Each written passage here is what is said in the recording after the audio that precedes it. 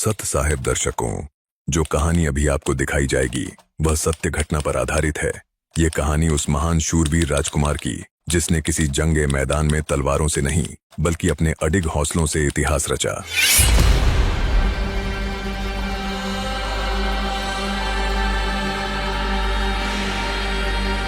ये सत्य घटना है एक ऐसे भयावह दौर की जब अज्ञानता का अंधेरा हर ओर फैला था, जहां धर्म के नाम पर दया नहीं बल्कि कट्टरवादी सोच से निर्दोषों का खून बहाया जाता था और झूठे धर्म के ठेकेदारों के अज्ञान के विपरीत सत्य की राह पर चलने वाले नेक इबादतगारों को प्रताड़ित करके मौत की घात उतार दिया जाता था। कट्टरता के उस काले युग के बीच इतिहास रचने वाली एक अमर दास्तान जो सदियों तक धैर्य, अद्वितीय सहन शक्ति, अदम्य साहस और परमात्मा के प्रति बेमिसाल इश्क और समर्पण का प्रमाण बनी। यह कहानी है एक ऐसे महान शहजादे की जिसने राजसी ठाठ बाट को ठुकराकर सिर्फ ईश्वर प्राप्ति को ही अपने जीवन का एकमात्र लक्ष्य बनाया, जिसने धार्मिक कट्टरता की बेड़ियों को तोड़कर सत्य और संघर्ष का मार्ग अपनाया।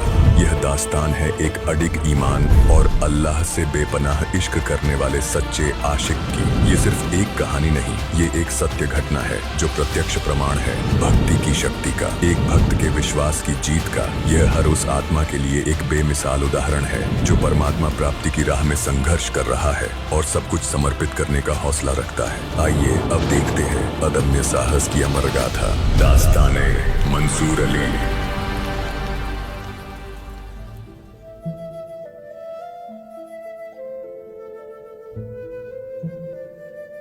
मैंने तो केवल सच्ची इबादत का रास्ता दिखाया था। मुझे लगता था कि लोग खुदा के इस पाक ज्ञान को, इस सच्ची इबादत के सच्चे इल्म को समझेंगे, लेकिन उनकी अज्ञानता ने तो सारी हदें पार कर दी। उन्होंने तो मुझे ही अपना दुश्मन मान लिया। पूरा शहर मेरे बारे में बुरा भला कह रहा है। सब यही चाहते हैं कि यहां से चला जाऊं, तो ठीक है, मैं चला जाऊंगा। मेरे प्रति इनकी दुर्भावना और नफरत हद से ज्यादा बढ़ती जा रही है। ये लोग मुझे चैन से रहने नहीं देंगे। ये सब मेरी हर बात को तोड़ मरोड़ कर पेश करके इस सच्चे ज्ञान को विवाद का विषय बना रहे हैं। इनके पाप इतने ज्यादा बढ़ गए हैं कि खुदा का सच्चा इल्म भी इन्हें असहनीय लगता है। मैंने हर संभव तरीके से समझाया, पर जब कोई समझना ही नहीं चाहता, तो अब मेरे यहां रहने का कोई फायदा नहीं।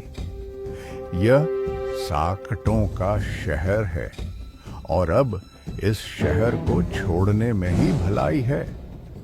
अब मैं इस साकट देश में नहीं रहूंगा।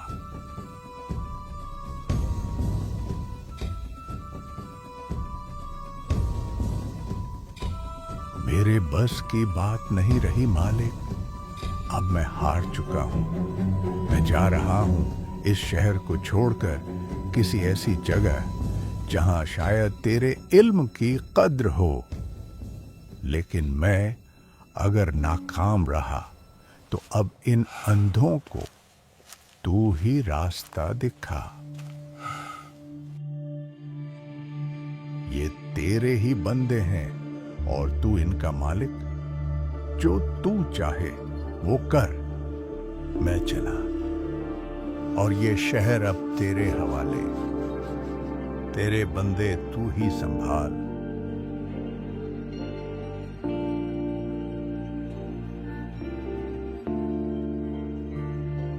तेरे बंदे, तेरी मर्जी, तेरा खेल, अब तू ही जाने।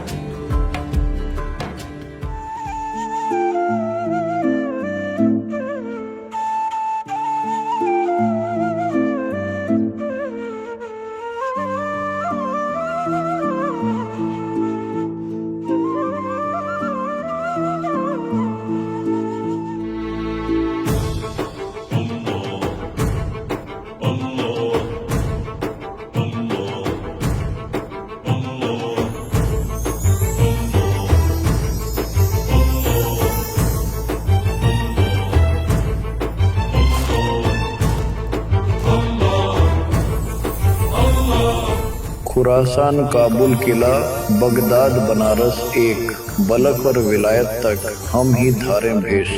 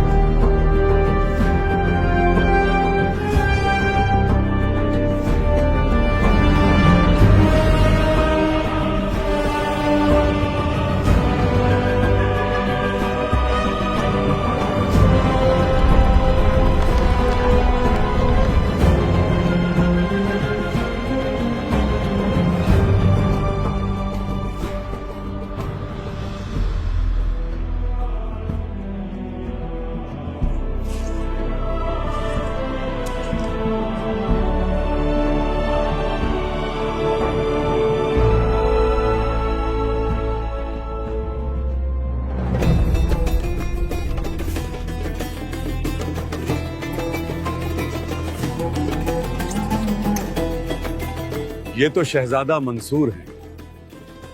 राजकुमारों की शान भी देखी और इनकी मिसाल भी।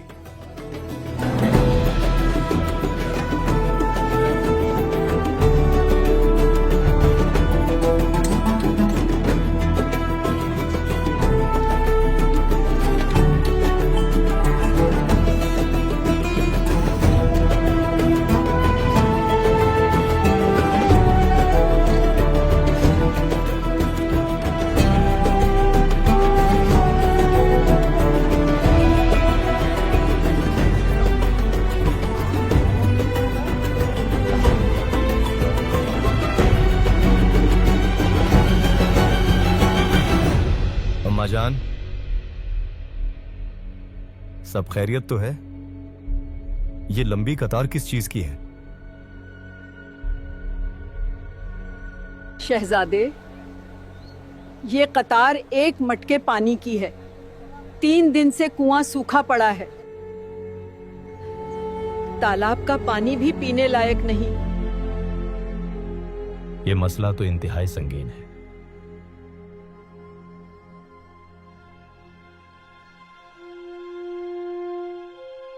क्या किसी ने दरबार में इत्तिला दी?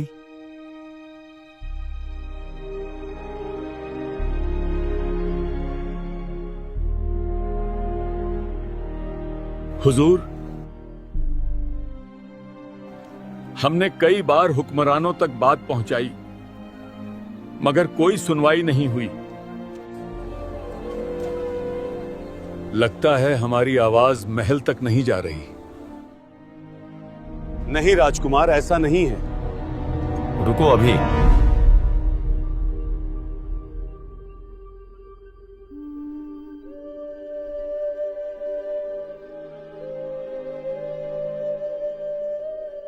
ये मेरे लिए बहुत अफसोस की बात है। मैं बेहद शर्मिंदा हूं। हुक्म चलाना आसान है, लेकिन दर्द महसूस करना हकीकत है। आज आप सबकी जुबान मेरी जुबान है। हमारी आवाजें पहले भी कभी महल तक नहीं पहुंची शहजादे, या शायद वो सुनना ही नहीं चाहते। मैं मंसूर हूं, लेकिन सबसे पहले इस शहर का फर्द हूं। आप सबकी खिदमत में रहना मेरी जिम्मेदारी भी है और फर्ज भी। अगर आज महल में बैठे लोग आपकी आवाज नहीं सुन पा रहे हैं, तो यकीन मानिए अब यह आवाज महल तक नहीं बल्कि मेरे दिल तक पहुंच चुकी है।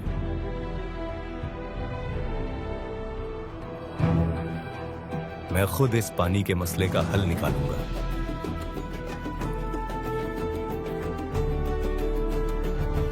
इंशाअल्लाह हर घर में पानी होगा, ये मेरा वादा है।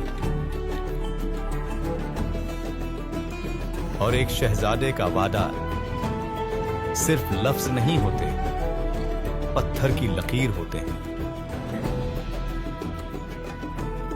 अब तक तो हम बिना किसी उम्मीद के ही जी रहे थे हुजूर, लेकिन अब हमें यकीन है कि आपने कहा है तो अब पानी जरूर आएगा।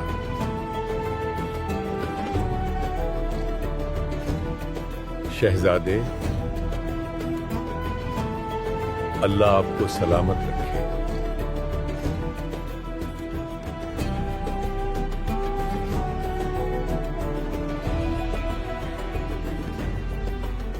ठीक है चचा जान, मैं चलता हूं। किसी को किसी भी तरह की कोई समस्या हो या किसी भी व्यापारी को किसी भी तरह की मदद चाहिए तो इत्तला जरूर कीजिएगा।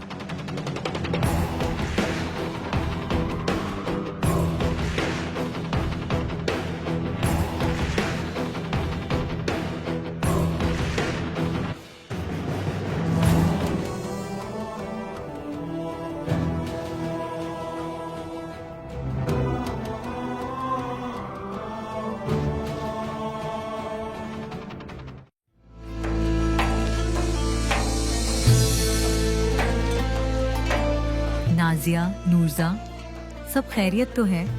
तुम दोनों कहाँ चली गई थी? मैंने तुम्हें बहुत याद किया। शहजादी, कल हम हमारी चचेरी बहन माहिरा के घर गए थे।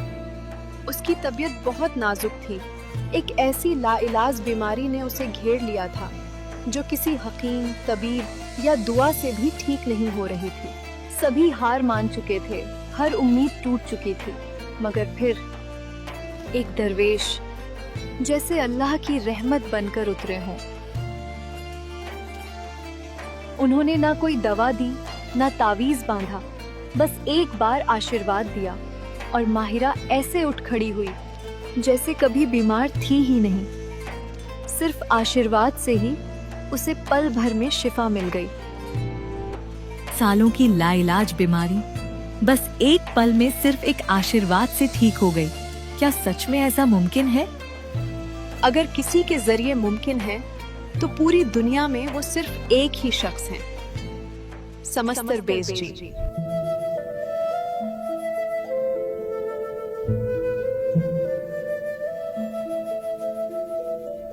समस्तर बेज, ये नाम तो बहुत बार सुना है मगर कभी दीदार नहीं हुआ। वो कोई आम दरवेश या फकीर है या कोई रूहानी रहबर? नहीं शहजादी, वो ना तो महज फकीर है ना कोई आम दरवेश। लोग कहते हैं वो रूहानी इल्म वाले एक बहुत ही सिद्धि युक्त संत हैं। उनके चेहरे पर खुदा का नूर चमकता है। उनकी आध्यात्मिक शक्ति, दिव्य दृष्टि और चमत्कारी सिद्धियों को देखकर सब हैरान हैं। पूरे शहर भर में उनकी ही बातें हो रही हैं। माहिरा ने खुद हमें बताया कि समस्तर बेज जी कोई आम फकीर नहीं है, बल्कि सच्ची इबादत का इल्म देने वाले राजदार मुर्शिद हैं, रूहानी सफर के रहबर हैं। उन्हें देखकर ऐसा महसूस होता है जैसे खुदाई वजूद सामने हो। उनके लफ्जों में खुदा का नूर झलकता है, मानो खुद परवरदिगार उनके रूप में जमीन पर मौजूद है। नाजिया, मैं भी देखना चाहती हूँ। वे खुदाई वजूद कौन हैं जिनमें खुदा झलकता है? वो कहाँ रहते हैं? शहर की सरहद से कुछ ही दूर एक शांत बनी में उनका आश्रम है। वे वहीं मिलेंगे।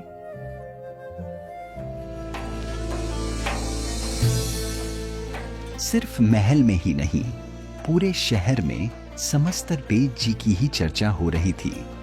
शहजादी शिमली समस्तर बेद जी की सिद्ध शक्ति, ज्ञान और दिव्य दृष्टि से इतनी प्रभावित हुई कि उनकी शिष्या बन गई। समस्तर बेद जी से प्राप्त मंत्र का वह दिन रात श्रद्धा और लगन से जाप करती थी। धीरे धीरे उसका मन महलों की चकाचौंध से हटकर भक्ति, सेवा और समर्पण की ओर खींचता गया। देखते ही देखते शिमली एक शिष्या से एक परम भक्त बन गई। उसकी भक्ति दिन ब दिन गहरी होती चली गई और उसके हृदय में सतगुरु सेवा का ऐसा भाव जागृत हो गया कि वह हर रोज अपने पिता से अनुमति लेकर रोज आश्रम जाती और अपने मुर्शिद के लिए खुद अपने हाथों से भोजन बनाकर ले जाती, सेवा करती और शाम ढलने से पहले लौट आती। राजा भी अपनी बेटी के हृदय में ऐसी पवित्रता और अलौकिक समर्पण को देखकर उसे आश्रम में जाने से रोक नहीं पाते थे। लेकिन शाही खानदान के अन्य लोग इस भक्ति को शाही शान में बगावत समझने लगे। रानियां, वजीर, रिश्तेदार, सभी परिजनों को शिमली का फकीर के पास जाना नामंजूर था। मालिक आलम, आपकी सख्त मनाही के बावजूद शहजादी शिमली आज भी उस फकीर के पास खाना लेकर गई हैं। और कल जब आपने खाना नहीं ले जाने दिया तो वो खाली हाथ ही महल के पीछे के दरवाजे से चुपचाप चली गईं। क्या? या अल्लाह, क्या करूं इस लड़की का? पता नहीं इसकी इबादत का ये जुनून हमें किस अंजाम पर ले जाकर छोड़ेगा।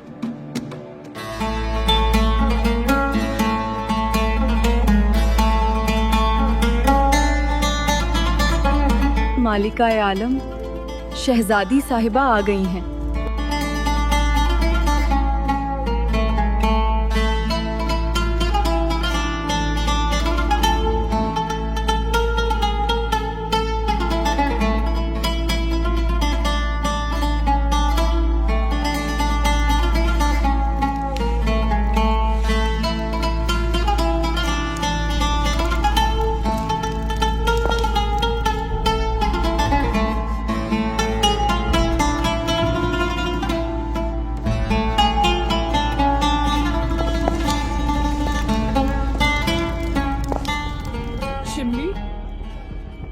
हमारी मनाही के बाद भी आप उस फकीर के आश्रम गई थी? जवाब दो शिमली, हम आपकी अम्मी हैं और आपने हमारे ही हुक्म की तामील नहीं की। अम्मी जान, मैं अब्बा हुजूर से इजाजत लेकर गई थी। तेरे अब्बा के लाड़ ने तुझे बिगाड़ दिया है। तू इस सल्तनत की शहजादी है। ये फकीरों का डेरा तेरी जगह नहीं है। तेरा मुकाम ये शाही महल है, ना कि किसी फकीर का आस्ताना। दादी जान, ये महल, ये झूठी शान और शौकत, इनमें सुकून नहीं। जो सुकून मुझे मुर्शिद समस्तर बेज जी के आश्रम में मिलता है वो और कहीं नहीं मिलता। मेरे मुर्शिद तो वो बाखबर हैं जो खुदा की सच्ची इबादत बताते हैं और सच्चा इल्म देते हैं। बस कीजिए शिमली, हम कुछ नहीं सुनना चाहते। आपकी ये जिद, ये नाफरमानी हमें बर्दाश्त नहीं। क्या कमी रह गई थी हमारी परवरिश में जो सबके बीच इस तरह आप हमारे हुक्म की तौहीन कर रही हैं? ये कैसी इबादत है जिसमें महल के ऐशो आराम को छोड़कर आप आश्रम में जाकर मिट्टी के फर्श पर बैठती हैं और नौकरों की तरह काम करती हैं, झूठे बर्तन मांजती हैं? सल्तनत की आवाम हमें क्या कहेगी? चच्ची जान, ये बेइज्जती नहीं, तकवा है। ये अल्लाह की राह में खुद को फना करने का तरीका है। जब किसी का दिल अल्लाह की मोहब्बत में सरशार हो जाता है तो वो महल और मिट्टी के फर्श में फर्क नहीं करता। क्योंकि उसकी नजर तो बस अल्लाह की रजा पर होती है। वाह शिमली, अब आप हमें सिखाएंगी? हमने उम्रें गुजार दी इस्लाम की रिवायतों में, और आप 2 दिन की शागिर्द बनकर समझती हैं कि महलों की जन्नत छोड़कर उस फकीर की टूटी हुई झोपड़ी में जाने से आपको खुदा मिल जाएगा। लेकिन मैंने खुदा को उसी टूटी हुई झोपड़ी में महसूस किया है। शिमली, जरा सी तो शर्म कीजिए। आपको मालूम भी है कि आपकी इस जिद से सल्तनत पर क्या असर पड़ेगा। अम्मी जान, शर्म तो उस दिखावे से करनी चाहिए जो हमें अल्लाह से दूर करे, ना कि उस इबादत से जो दिल को पाक और नेक बनाए। अल्लाह की नजरों में सिर्फ सच्ची इबादत करने वाला ही असल शरीफ और इज्जतदार होता है। और ये मेरी जिद नहीं, ईमान है कि मैं इबादत के उस रास्ते पर चल पड़ी हूँ जहाँ तख्त नहीं तकवा है, जहाँ सल्तनत नहीं सिजदा है, जहाँ दुनिया नहीं खुदा का दीदार है। सभी ने शिमली को रोकने की हर संभव कोशिश की, लेकिन शिमली अडिग रही। उसकी दृढ़ता के आगे किसी का भी जोर नहीं चला। रोज सुबह शाम वो अपने सद्गुरु के लिए खुद अपने हाथों से भोजन बनाकर ले जाती, सेवा करती और शाम ढलने से पहले लौट आती। और जिस दिन घर वाले भोजन न ले जाने देते तो खाली हाथ ही चली जाती। अपने हाथों से सेवा करती, उनके दर्शन करती और शाम ढलते ही वापस महल लौट आती। समय के साथ साथ घर वालों की नाराजगी आग बनकर सुलगने लगी थी, और तभी एक शातिर चुगलखोर ने मौके का फायदा उठाकर इस सुलगती आग में घी डाल दिया।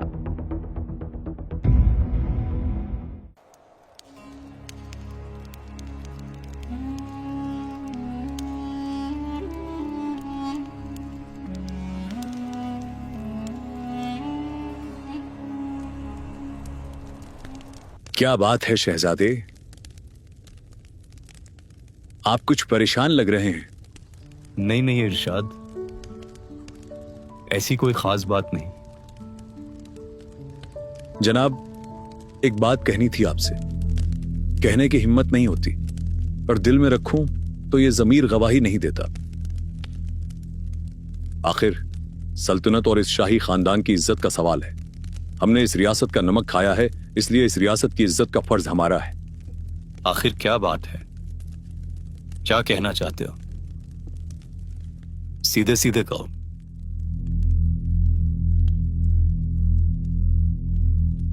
जी हुजूर, वो आपकी बहन शहजादी शिमली रोज रात्रि के समय अंधेरे में अकेले महल से बाहर जाती हैं, नगर की सीमा से बाहर किसी फकीर के डेरे में।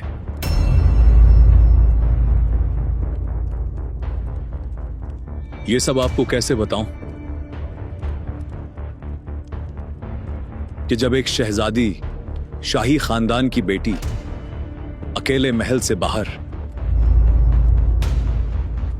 नगर की सीमा के बाहर किसी फकीर के गुमनाम डेरे में जाती है, वो भी रात के अंधेरे में,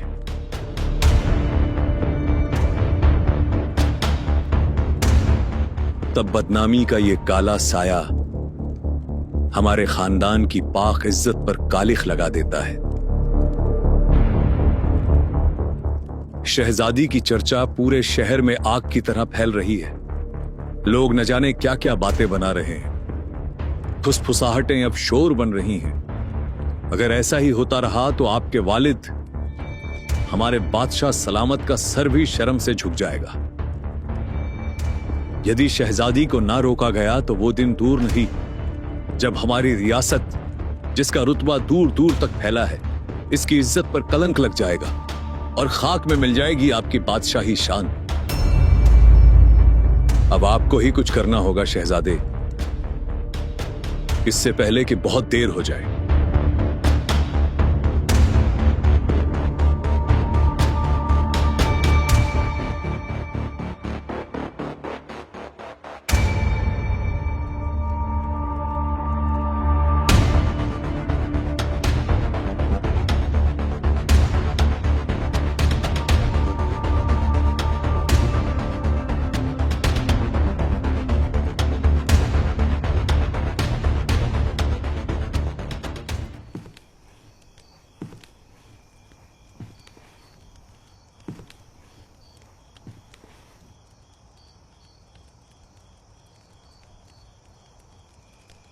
क्या सच में शिमली ने हमारी नजरों के सामने ही यूं खानदान की इज्जत को दांव पर लगा दिया? क्या वाकई इरशाद जो कह रहा था वो सच है? शिमली सिर्फ मेरी बहन नहीं, इस शाही खानदान की इज्जत भी है। खुदा गवाह है, मैं सच और झूठ के बीच की इस धुंध को अब और बर्दाश्त नहीं कर सकता।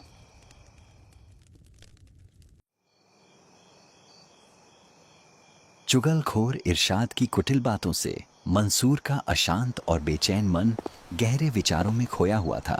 शिमली के लिए तरह तरह के सवाल मंसूर के मन में उठ ही रहे थे कि तभी अचानक उसकी नजर नीचे महल के मुख्य द्वार की ओर जाती हुई शिमली पर पड़ती है।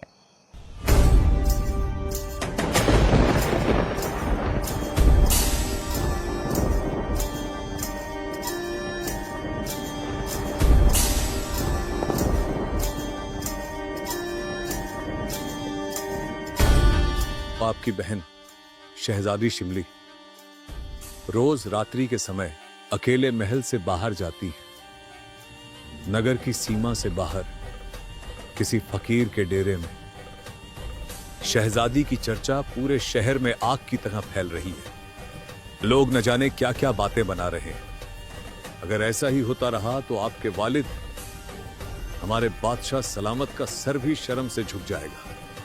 जिसका रुतबा दूर दूर तक फैला है, इसकी इज्जत पर कलंक लग जाएगा और खाक में मिल जाएगी आपकी बादशाही शान।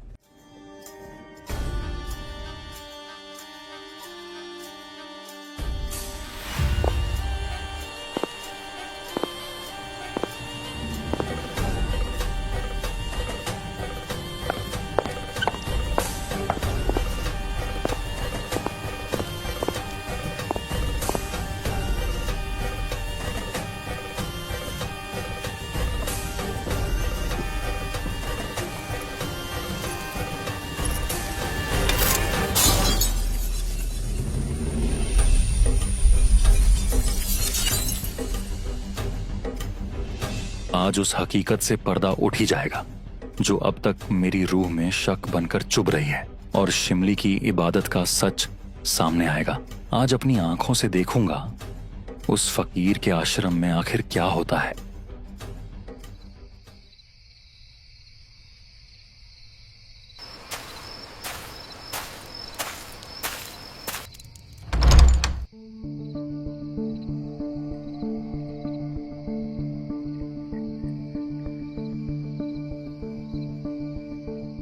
यूं ही जल्दबाजी में संत से उलझना ठीक नहीं।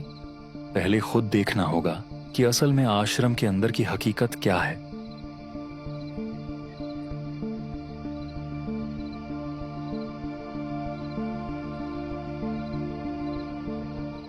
कहीं मेरी शंका बेबुनियाद निकली तो एक पाक इबादतगाह पर इल्जाम लगाना गुनाह होगा। बिना सबूत कुछ कहने से बहुत कुछ बुरा हो सकता है। ये फकीर बाहर से जितने शांत दिखते हैं, अंदर से उतनी ही गहरी रूहानी ताकतें रखते हैं, और कुछ फकीर वाकई खुदा के अजीज होते हैं।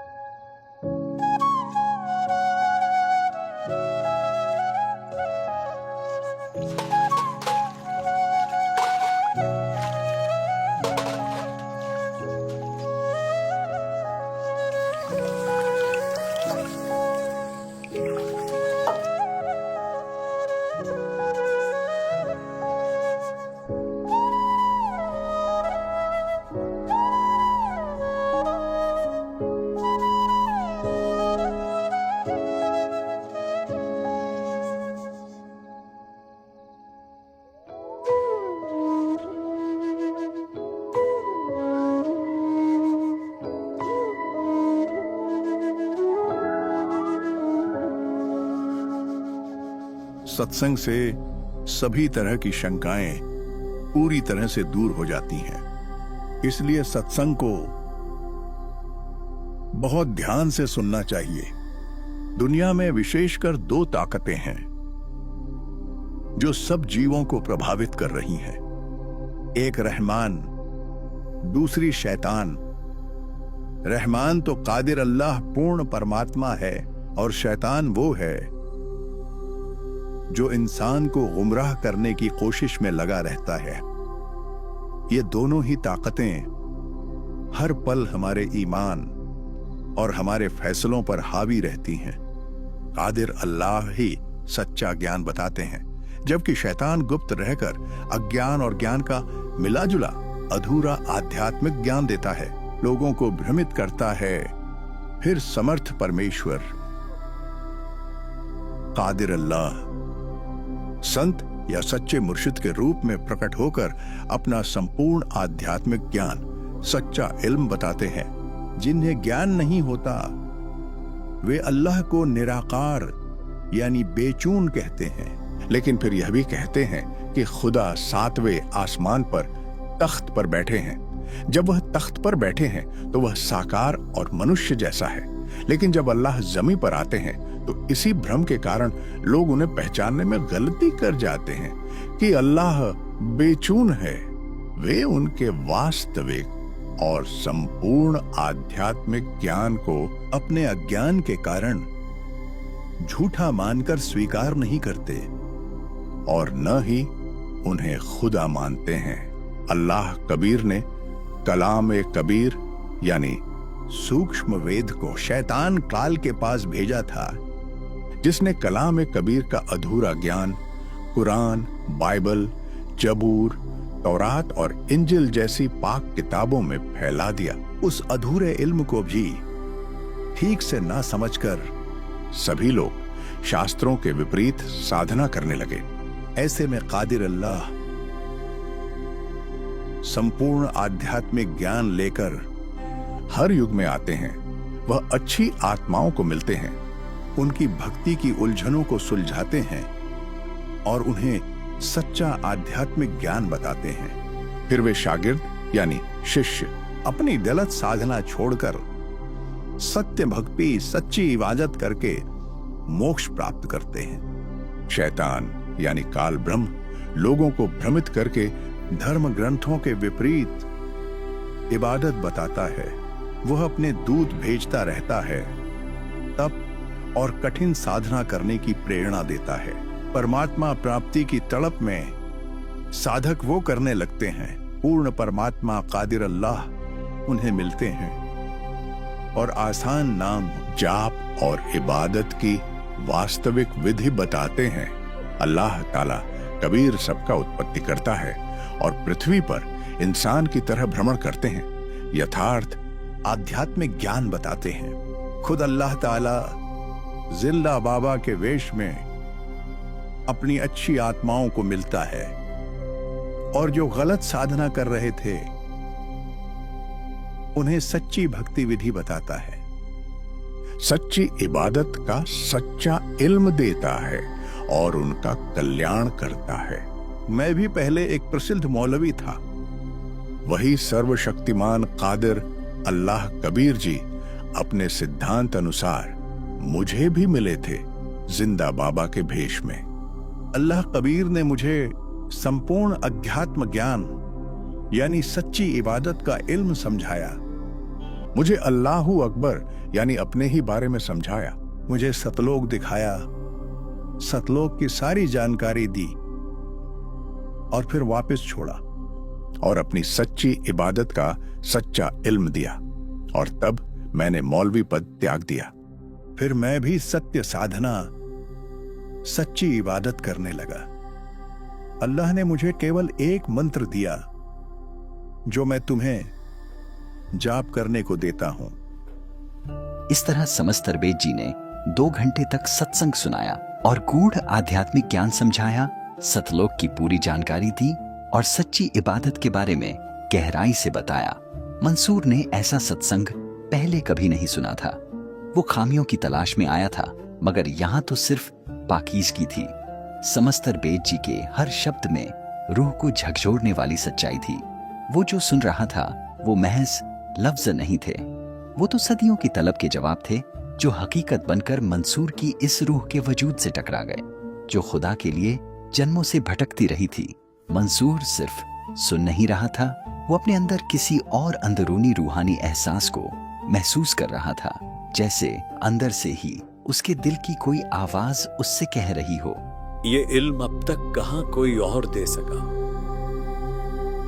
नजरों पर पड़ा पर्दा हटाकर देखूं तो शायद ये वही खुदा है जिसे मैं जन्मों से ढूंढता रहा, जो मिलकर भी मुझे ना मिला, अब खुद मुझे अपनी राह दिखाने आया है। जब मंसूर का अज्ञान अंधेरा हटा तो बस समस्तर बेद जी का पाक नूर सामने था। उनका सच्चा इल्म यानी तत्व ज्ञान दिल के मैल को साफ कर रूह को पाक यानी पवित्र कर रहा था। ऐसा सत्संग सुनकर मंसूर कृतार्थ हो गया। सत्संग के बाद रोज की तरह समस्तर बेद जी और शिमली ने ऊपर आसमान की तरफ दोनों हाथ सामने करके परमात्मा से प्रसाद मांगा। तभी आसमान से जल से भरे हुए 2 कटोरे आकर दोनों के हाथों में टिक गए। लेकिन समस्तर बेद जी ने उस दिन आधा ही अमृत पिया और शिमली पूरा पी गई। बेटी शिमली, ये शेष बचा अमृत प्रसाद आश्रम से बाहर खड़े कुत्ते को पिला दे। उसका अंतकरण पाप से भरा है, उसका दिल साफ हो जाएगा और उसका भी कल्याण हो जाएगा। जी गुरुजी।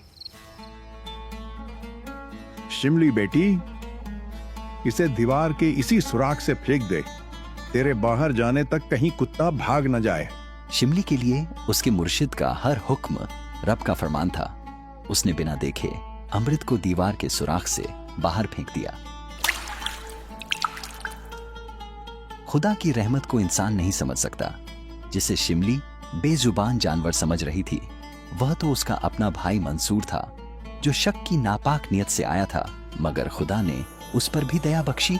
जैसे ही मंसूर के मुंह में जीभ पर अमृत की छींट पड़ी, उसका अंतःकरण साफ हो गया। पहली बार इसे इतनी रूहानी पाकीज़गी महसूस हुई और उसी क्षण पश्चाताप की एक प्रबल प्रेरणा जागृत हुई।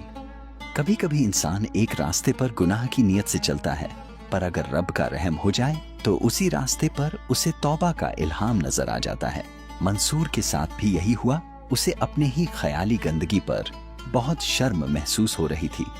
जिस नापाक नजर से आया था, अब वही निगाहें शर्म से झुकी हुई थी।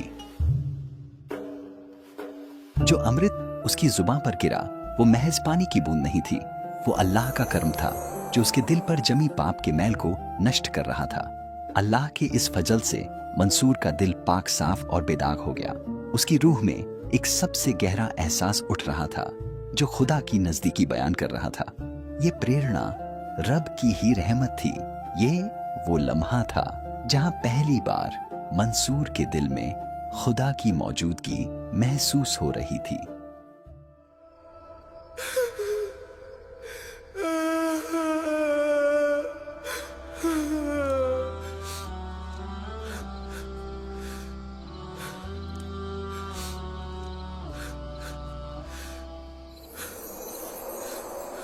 या अल्लाह, मैंने ये क्या किया?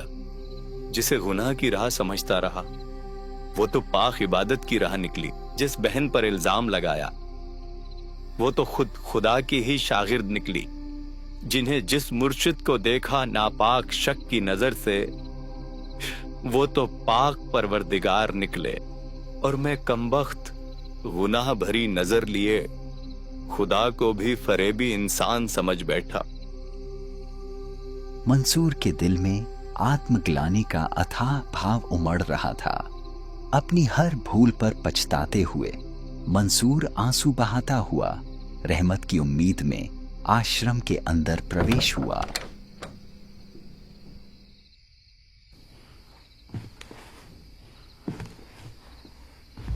या अल्लाह, भाईजान यहाँ कैसे?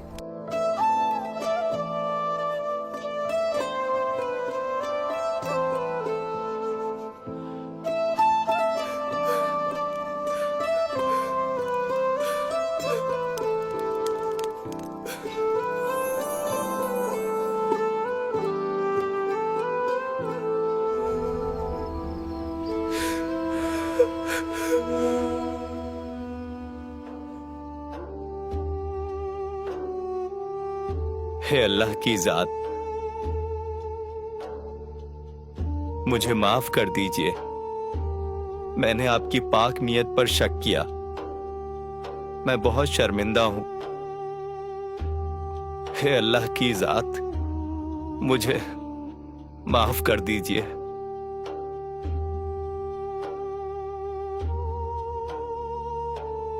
जब तक इंसान को अल्लाह का सही इल्म हासिल नहीं होता, तब तक ऐसे गुनाह अल्लाह की बारगाह में माफ करने लायक हैं।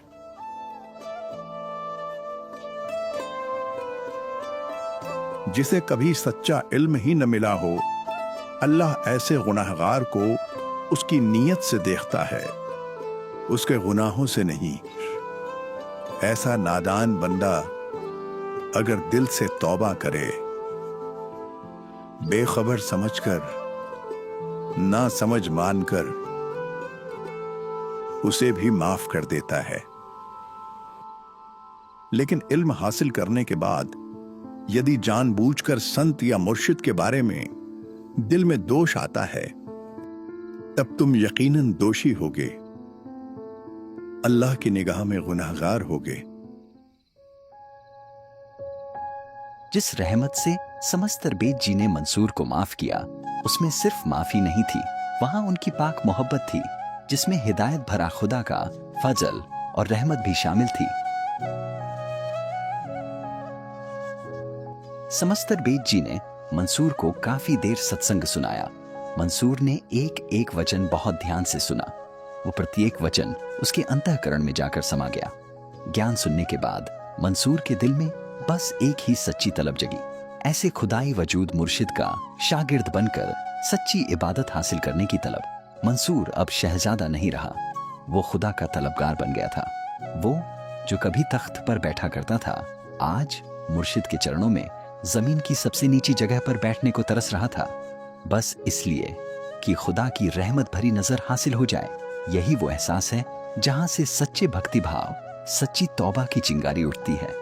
और जब इंसान कुफ्र छोड़कर इतना अधीन हो जाता है कि खुद को खुदा के सामने बेजान, बेसहारा और बेकदर समझता है, तभी वो अल्लाह के रहम के काबिल बनता है। मंसूर समस्तर बेद जी से अपने उद्धार की भीख मांगने लगा। आप सिर्फ एक दरवेश नहीं, बल्कि खुदा का जाहिरी रूप है। ऐसा अजीम, पाको साफ, बेमिसाल इल्म मुझे आज तक कभी नसीब नहीं हुआ था। आपका ये ज्ञान, ये इल्म ऐसा है कि अब इसके बगैर जीना नामुमकिन है। अगर मुनासिब समझे तो मुझ नीच पर भी अपना रहम बख्शें, अपना शागिर्द बनाकर मुझे भी अपने दिल में जरा सी जगह दे। मैं जानता हूं कि मैं आपकी रजा के लायक नहीं। मैं बहुत पापी हूं, नीच हूं, जो आप जैसे पाक साफ संत के बारे में मेरे मन में ऐसा दोष आया। मेरी आंखों पर शक और वहम के पर्दे पड़े थे। नादान मानकर मुझे माफ कर दीजिए। मैंने बहुत बड़ी गुस्ताखी की है। आप तो बहुत दयालु हैं, रहमान हैं। हे अल्लाह की जात, क्या मेरे जैसे पापी का भी उद्धार हो सकता है? समस्तर बेद जी ने मंसूर को नाम दीक्षा दी और वही मंत्र जाप करने को दिया जो शिमली को दिया था। मंसूर ने आज सिर्फ नाम दीक्षा नहीं ली, उसने अपनी जिंदगी के साथ साथ अपनी आत्मा को भी खुदा के हवाले कर दिया। अब वो सिर्फ एक शहजादा नहीं रहा, आज एक सच्चे शागिर्द के रूप में उसका असली जन्म हुआ। अब मंसूर रोज अपनी बहन शिमली के साथ आश्रम में जाने लगा। दोनों भाई बहन बहुत सत्संग सुनते और फिर मिलकर खूब सेवा करते। मौला या सल्ली व सल्लिम दाइमन अबदन अला हबीबिका खैरिल खल्क़ि कुल्लिहिम। मौला या सल्ली व सल्लिम दाइमन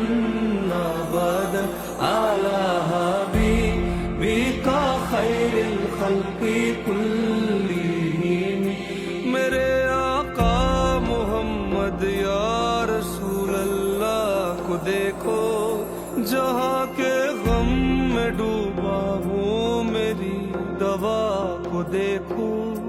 मैं बेबस था, मेरे मालिक ने थामा हाथ जो मेरा, हुई उनकी गदाई तो हुआ है दूर अंधेरा, हुई उनकी गदाई तो हुआ है दूर अंधेरा। मौला या सल्ली व सल्लिम दाइमन अबदन अला हबीबिका खैरिल खल्क़ि कुल्लिहिम।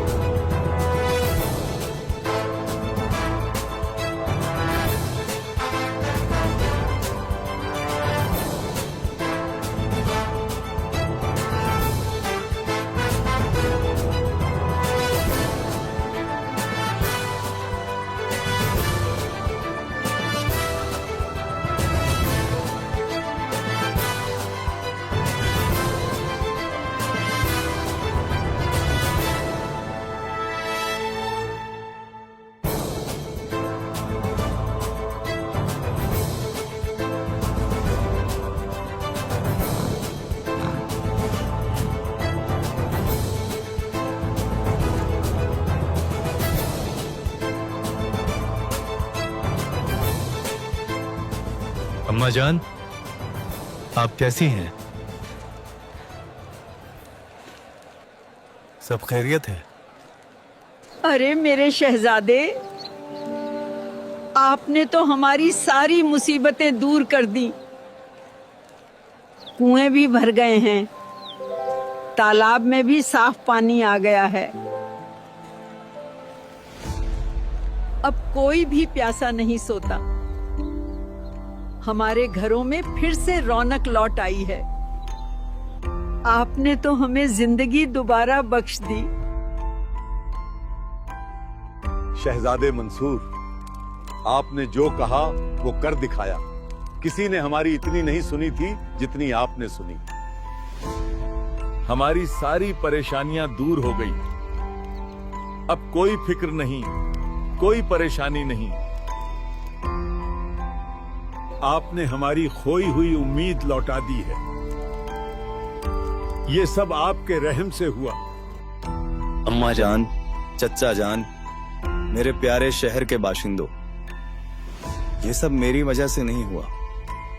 मैं तो बस एक जरिया हूं। ये सारा करम, ये सारी रहमत उस कादिर अल्लाह की है और उसी की मेहरबानी से अब हुआ है। उसने ही मुझ पर रहम किया कि मैं आप तक उसकी मदद पहुंचा सकूं। आप सब भी उस अल्लाह की सच्ची इबादत कीजिए ताकि भविष्य में कभी कोई परेशानी ना आए। जो काम कोई राजा भी नहीं कर सकता, वो काम भी वो कादिर अल्लाह ही कर सकता है। और क्या आप जानते हैं, वो बेचू नहीं है, वो दिखाई देता है। वो साकार है, सहशरीर है। उसका नाम अल्लाह कबीर है। माफ करना शहजादे, ये आप क्या कह रहे हैं? अल्लाह तो बेनजीर है, वो तो नजर नहीं आता। यही तो हमारी गलती है। हमें बताया गया कि वो दिखता नहीं, जबकि वो हमारे ही जैसा नर रूप में है, इंसानी सूरत में, नूरानी शरीर में है। वो इस पूरी कायनात का मालिक है, किसी भी पल कहीं भी प्रकट हो सकता है। ये शहजादे को क्या हो गया है? इतनी अच्छी बात कर रहे थे, अब ये कैसी बातें कर रहे हैं? खुदा साकार हैं। पाक कुरान मजीद में खुदा को निराकार नहीं बताया गया है, लेकिन हमारे मुस्लिम धर्म गुरुओं को खुदा का इल्म न होने के कारण इस परवरदिगार को निराकार या बेचून बताया है। कुरान की आयतों में खुदा के स्वरूप के सबूत भी हैं। कुरान मजीद की सूरह लुकमान 31 आयत 28 में खुदा को सुनने वाला और देखने वाला बताया है। कुरान मजीद की सूरह हज 22 आयत 61 और 62 में खुदा को बड़ी शान वाला और बड़ा कबीर बताया गया है। अल्लाह सुनता और देखता है। सूरह मोमिन 40 आयत नंबर 12, इसमें भी कादिर अल्लाह कबीर का जिक्र है। खुदा के असली नाम कबीर का जिक्र इन आयतों में है, जिससे यह साबित होता है कि अल्लाह साकार यानी जिस्मानी है। अल्लाह ही है जिसने 6 दिन में आसमां और जमीन के दरमियान जो कुछ मौजूद है सबको पैदा किया और फिर तख्त यानी अर्श पर जा विराजा। और पाक तौरात की पैदाइश यानी उत्पत्ति अध्याय में अल्लाह ने कहा है, आओ अब हम इंसान को अपनी सूरत पर बनाएं। मतलब अल्लाह ने इंसान को अपनी सूरत पर बनाया। तो फिर बताइए अल्लाह निराकार कैसे हुआ?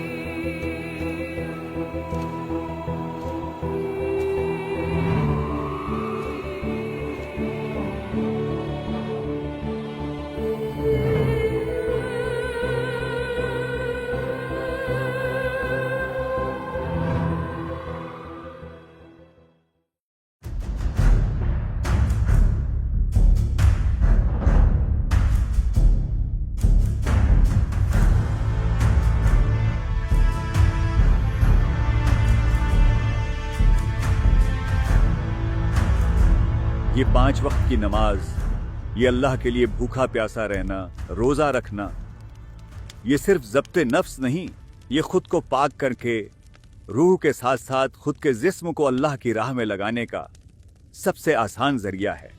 जब तुम अपनी परवाह न करके अपने जिस्म को अल्लाह के लिए तड़पाते हो तो तुम्हें सवाब मिलता है। जानवरों की कुर्बानी न देना ये काफिरों और बुज़दिलों की निशानी है। पैगंबर इब्राहिम की उस अजीम कुर्बानी को याद करो और बकरीद मनाओ। बकरे को हलाल करना अल्लाह की राह में तुम्हारे इख्तियार और ताकत का इजहार है। तुम बेजुबान जानवर पर अपना हुक्म चला सकते हो, अल्लाह के लिए उसे अपनी निगाहों के सामने बलि चढ़ा सकते हो। इससे उसकी रूह जन्नत में जाएगी और फिर उसका गोश्त खाने से तुम्हें सवाब मिलेगा। हलाल जानवरों का गोश्त खाना अल्लाह की नीमतों में से एक है, तुम्हें सवाब मिलेगा। मगर याद रखो, कुर्बानी से तुम्हारी रूह में इतना ईमान बैठ जाना चाहिए जिस तरह तुम अल्लाह के नाम पर एक बेजुबान को बेझिझक कुर्बान करते हो, उसी तरह बिना किसी जज्बात के अल्लाह के दुश्मनों का भी यही अंजाम दे सकें। यह तुम्हें और कट्टर बनाएगा ताकि तुम हर चीज, हर रिश्ता, हर जान सिर्फ अल्लाह के नाम पर कुर्बान कर सको। 5 वक्त की नमाज पढ़ो और रोजा रखो।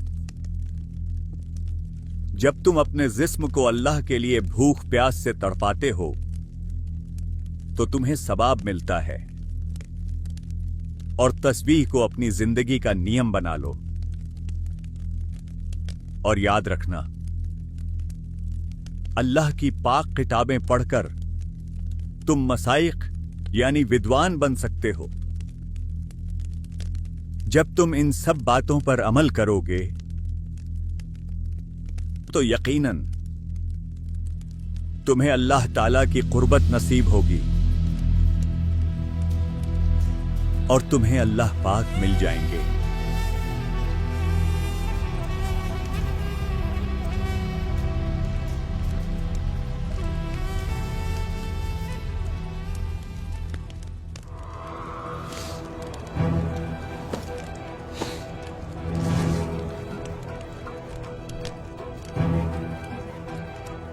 ऐ काजी,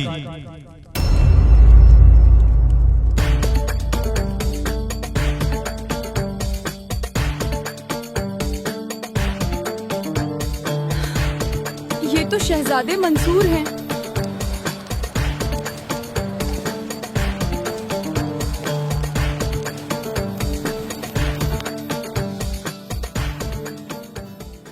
रोजा रखकर भूखा मरने से खुदा नहीं मिलेगा। यदि परमात्मा से मिलने का शौक रखता है तो हर दम, हर एक सांस से नाम का स्मरण करता रहे। सिर्फ शरीर की पवित्रता से मोक्ष कैसे मिलेगा? सिर्फ वजू से यानी पानी से नहा लेने से मोक्ष नहीं है। अल्लाह के सच्चे नाम के जाप से मोक्ष होगा। इसलिए ये पूजा यानी ये भ्रम का घड़ा फोड़ दें। सच्चे नाम के जाप की शराब पीता जा, अल्लाह के नाम का नशा कर, परमात्मा से इश्क कर। न तो रोजा रख कर भूखा मर, न मस्जिद में सिजदा कर। खुदा तो तेरे दिल में रहता है। पहले इश्क की झाड़ू से इस दिल को साफ कर। ये ईर्ष्या की धूल, ये दुई, इसे फूंक कर उड़ा दे। ऐ काजी, किसी से ईर्ष्या न कर, भक्ति कर।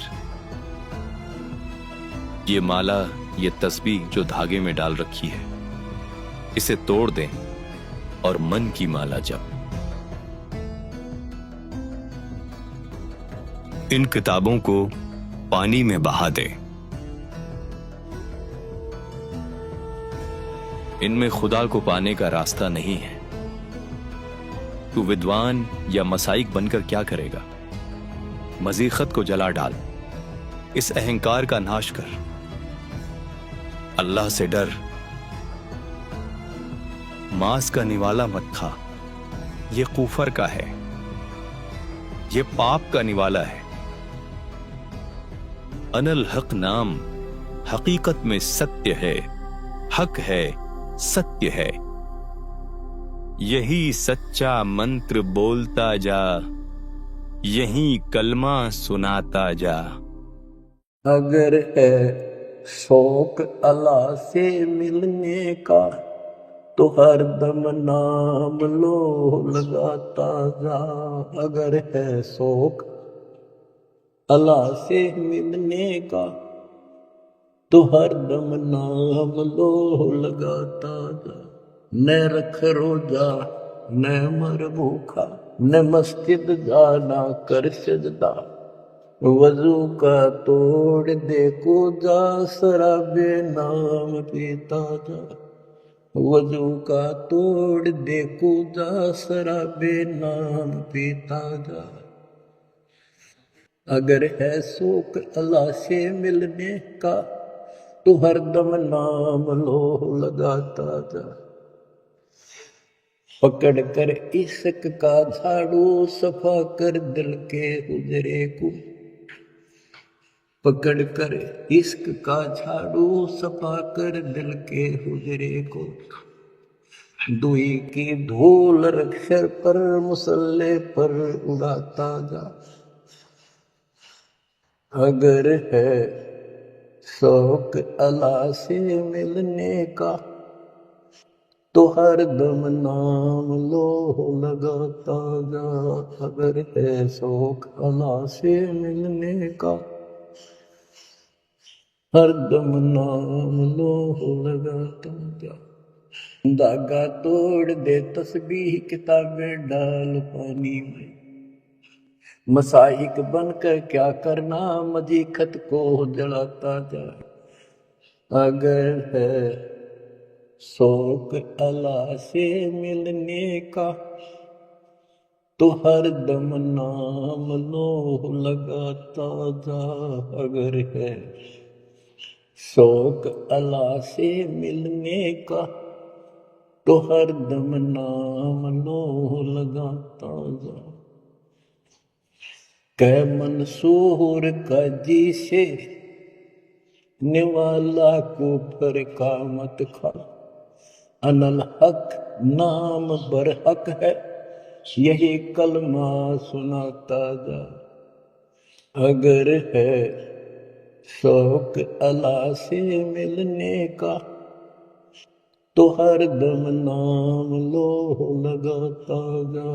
अगर है शौक अला से मिलने का, हर दम नाम लो लगाता जा।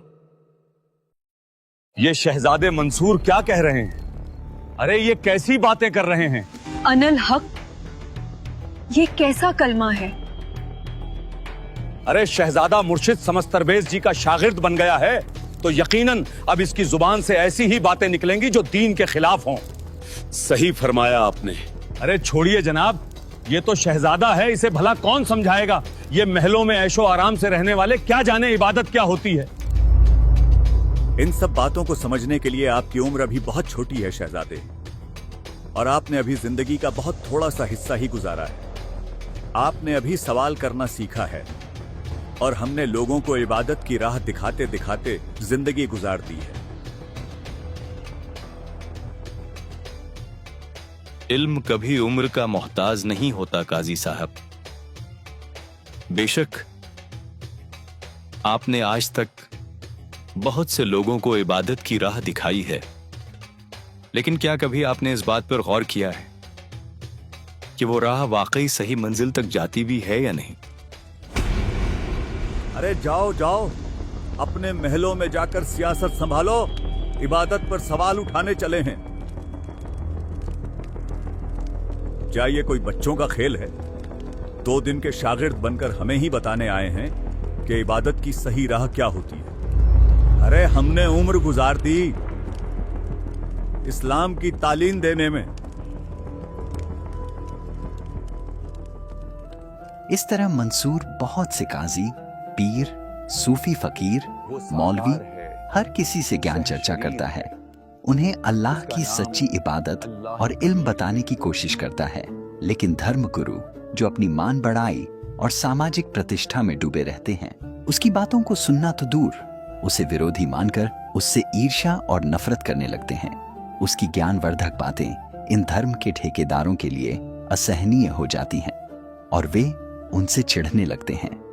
रब का दीवाना शहजादा मंसूर महल छोड़कर अब बगदाद की गलियों में घूमकर जगह जगह समस्तरबेज जी के ज्ञान का प्रचार करने लगा। कुछ दिनों के बाद मंसूर के हृदय में एक ऐसी प्रबल प्रेरणा हुई कि वो अनल हक मंत्र का बोल बोलकर जाप करने लगा। दिन रात अनल हक कहता कहता मंसूर इतना मग्न हो गया जैसे गज मोती हाथी के मस्तक। उन्मन रहे दीवाना, खाए न पीवे मंगल घूमे, 8 बखत गलताना। ऐसे तत्पद के अधिकारी पलक अलग से जोरें, तन मन धन सब अर्पण करी ही, मेघ न माथा मोड़े। कुंज पक्षी की कुरल की तरह अनल हक मंसूर की रूह की गहराइयों से निकलने वाली एक पुकार बन चुका था। मंसूर दिन रात अनल हक की धुन में मदहोश होकर ऐसा डूब गया कि ना भूख की खबर रही, न प्यास की परवाह, न दिन देखा न रात। इबादत के सुरूर में ऐसा मदमस्त हो गया कि अनल हक कहता कहता मंसूर अलमस्त हो गया।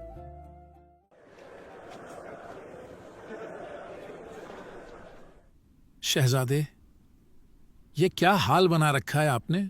एक शाही राजकुमार होते हुए भी महलों का ऐशो आराम और शान व शौकत सब कुछ ठुकरा कर गलियों में फकीरों की तरह क्यों भटकते फिरते हैं? अब मेरा नाता किसी राजसी सत्ता से नहीं, बल्कि उस पूर्ण ब्रह्म परमात्मा से जुड़ गया है जिसकी सत्ता सबके ऊपर है। मंसूर की हर सांस अब इबादत में मसरूफ थी, हर धड़कन अनल हक की माला।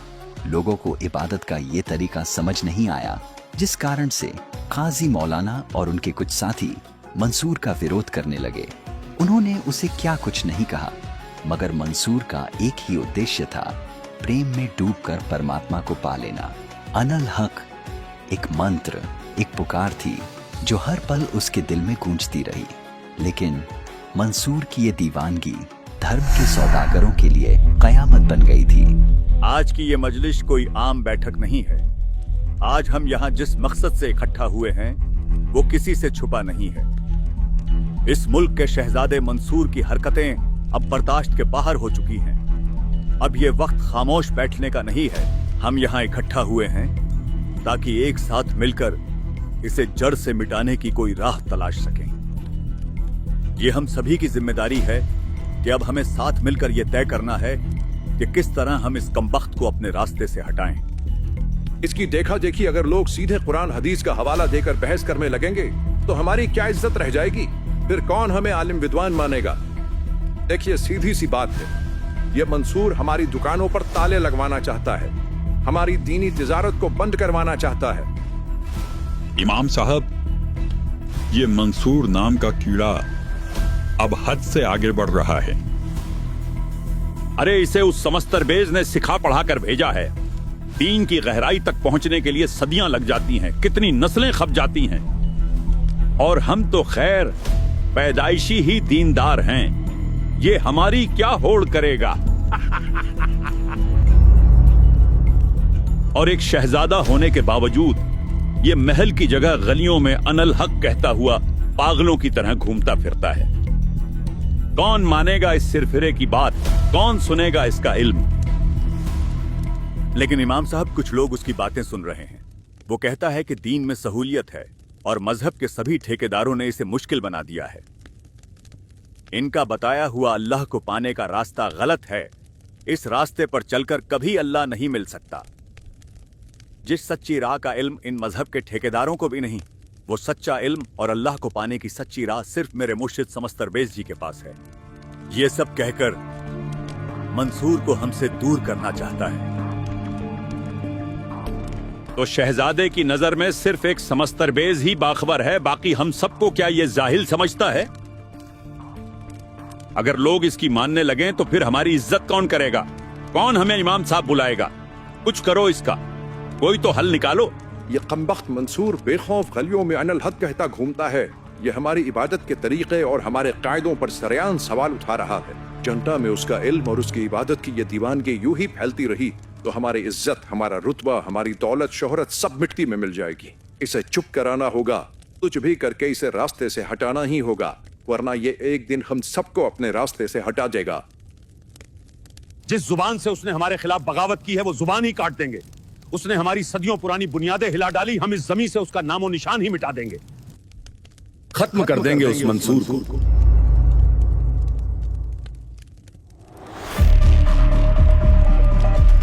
और किसी को कानों कान खबर तक नहीं होगी, फिर न रहेगा बांस और न बजेगी बांसुरी। हाँ हाँ, अब यही एक रास्ता है उससे निजात पाने का। उसका कत्ल कर देते हैं। सब्र कीजिए और अक्ल से काम लीजिए। मंसूर कोई आम आदमी नहीं है जो इतनी आसानी से उसका कत्ल कर दोगे। वो राजा का लड़का है और उसका मुर्शिद समस्तरबेज वो भी बहुत सिद्धि वाला है। उसे ऐसे नहीं मार सकते। हमें बहुत सोच समझकर कदम उठाना होगा ताकि सांप भी मर जाए और लाठी भी न टूटे। मंसूर भले ही राजा का बेटा है, लेकिन है तो वो इंसान ही, कोई फरिश्ता तो नहीं। इल्म से ना सही, लेकिन उसका वो अनल हक जिसे वो बार बार कहता फिरता है, बेशक वो सिर्फ एक मंत्र है बिना अर्थ का। हम उसे ही उसकी कब्र का फंदा बना देंगे।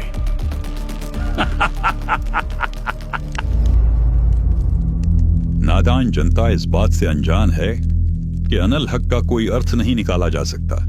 ये तो सिर्फ एक कलमा है। ये हकीकत भी सिर्फ हम ही जानते हैं और ये जनता हमारी ही कठपुतली है। ये भोली जनता तो वही मानेगी जो हम कहेंगे। हम सब मिलकर पूरी जनता को मंसूर के खिलाफ कर देंगे, सभी को गुमराह कर देंगे। पूरे शहर में शोर मचा दो और पूरे बगदाद की आवाम में वहम फैला दो कि मंसूर ने अनल हक कहकर खुद को अल्लाह ठहराया है। यह सबसे बड़ा गुनाह है, कुफ्र है। हम हर मस्जिद, हर गली, हर चौराहे पर यह अफवाह फैला देंगे। फिर जनता खुद राजा से उसकी सजा की मांग करेगी। जनता खुद उसे कुचल देगी और हमारी गद्दी सलामत रहेगी।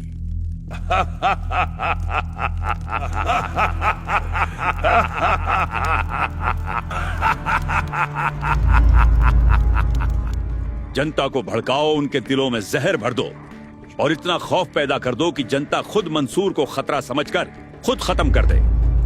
उन्हें डराओ कि मंसूर का अनल हक सबको तबाह कर देगा। हर जगह अनल हक का गलत अर्थ बताओ कि मैं खुदा हूँ, मैं ही हक हूँ। चारों ओर ये वहम फैल जाना चाहिए कि मंसूर खुद को खुदा कह रहा है। जनता में ऐसा खौफ भर दो कि मंसूर की बातों से लगता है कि वो शैतान का दूत है, और कहो कि उसका अनल हक उनकी आस्था को जला देगा, उनके बच्चों को भटका देगा, उनके ईमान को मिटा देगा। ये शैतान का दूत है, खुद को खुदा कहकर ये अल्लाह की तौहीन कर रहा है। इसे न रोका गया तो इसके गुनाह का खामियाजा सबको भुगतना पड़ेगा। फिर जो होगा बहुत बुरा होगा, सबको अल्लाह की नाराजगी झेलनी पड़ेगी, सब पर कहर टूटेगा। कयामत आ जाएगी, कयामत। मंसूर के कुफ्र की वजह से सब तबाह हो जाएगा। जनता डर से थरथराएगी और तबाही के डर के मारे मंसूर का विरोध करेगी। मंसूर को खत्म करने के लिए जनता हमारा हथियार बनेगी। जनता खुद मंसूर को रौंद देगी, उसे पत्थरों से कुचल देगी। और समस्तर बेज, उसका क्या होगा? उसमें तो इतनी सिद्धि है कि उसका तो कुछ बिगाड़ा भी नहीं जा सकता। हम उसके शागिर्द को निशाना बनाकर उसे सबक सिखाएंगे। मंसूर की मौत का पैगाम ही हमारे दुश्मन समस्तर बेज को हमारा सीधा जवाब होगा। जब उसके शागिर्द मंसूर का नामो निशान हमेशा हमेशा के लिए मिट जाएगा, तब समस्तर बेज भी खुद ब खुद हमारे रास्ते से हट जाएगा। मंसूर का हश्र देखकर समस्तर बेज जी की भी रूह कांप उठेगी। फतवा तैयार करवाओ। कल फजर के साथ जैसे ही सूरज अपनी पहली किरण बिखेरे, मंसूर के खिलाफ यह फतवा हर मस्जिद, हर दरगाह, हर बाजार में गूंजेगा। हर जुबां पर एक ही बात होनी चाहिए, मंसूर अनल हक, यानी खुद को खुदा कहकर सबसे बड़ा कुफ्र कह रहा है, खुद को अल्लाह ठहरा रहा है। उसे सख्त से सख्त सजा मिलनी चाहिए। अवाम को ऐसा भड़काओ कि जनता गुस्से में बेकाबू हो जाए और फिर सब कुछ वैसा ही हो जैसा हमने सोचा है। फिर हमारे एक इशारे पर मंसूर का वो हस्र हो जिसे सदियों तक कोई भुला न पाए। देखने वाले की भी रूह कांप उठे। सदियों तक हमारे बनाए इबादत के नियम कायदों के खिलाफ कोई जुबान खोलने की जरूरत न करे। आने वाली नस्लें भी याद रखें कि हमसे गुस्ताखी करने का अंजाम क्या होता है।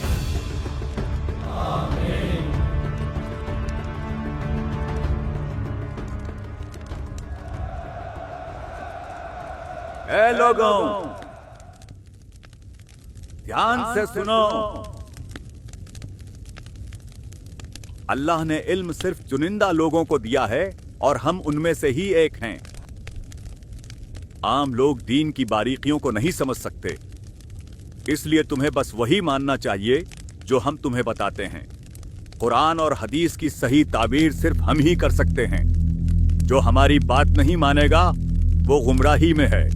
हम दीन के रखवाले हैं। जो हमारी बात का अमल नहीं करेगा वो दीन का दुश्मन होगा और अल्लाह का गुनहगार कहलाएगा। इल्म हासिल करने का मतलब सिर्फ जुबानी बातें कहना या सुनना नहीं मेरे अजीजों। इल्म हासिल करने का मतलब है जो हम कहे उस पर अमल करना, किसी भी हाल में अल्लाह की तौहीन बर्दाश्त न करना और सबको बुराई से रोकना। तुम्हारे सामने कोई खुद को अल्लाह कहे तो तुम कैसे बर्दाश्त कर सकते हो खुदा की इस तौहीन को? ऐ मुसलमानों, क्या तुम भूल गए कि अल्लाह ने हमें क्या शरीयत दी है जो हमारे दीन के रास्ते में रुकावट बने? जो हमारी बात न माने उसे नेस्त नाबूद कर दो। जो गुनहगार है उसे सजा दो। जो मुनकिर है, इनकार करने वाला है, उसे मिटा दो। अगर कोई अल्लाह की तौहीन करे तो सख्ती करो, फिर भी न माने तो खत्म कर दो उसे। अल्लाह के लिए ये जज्बा नहीं रखोगे तो फिर तुम कैसे मुसलमान हो? शैतान के भेजे हुए मंसूर जैसे लोग जो इबादत की राह से लोगों को गुमराह करके दीन को नुकसान पहुंचाने की नापाक कोशिश कर रहे हैं, इनको सबक सिखाना होगा। और याद रखो, ये हमारी जिम्मेदारी है। अल्लाह ने हमें यह अधिकार दिया है कि अगर कोई इस्लाम के कानून को मानने से इनकार करे, कोई दीन से फिर जाए, कोई इस हद तक गिर जाए कि खुद को ही खुदा कहने लगे, तो उसे जीने का कोई हक नहीं। ऐसे शख्स को मुनाफिक और काफिर करार देकर उसका वो हश्र करो कि या तो वो सुधर जाए या वो खुद ही अपनी मौत की भीख मांगे। यही दीनदारी है और यही दीन का फैसला है। और अगर इसके लिए सख्ती करनी पड़े तो करो।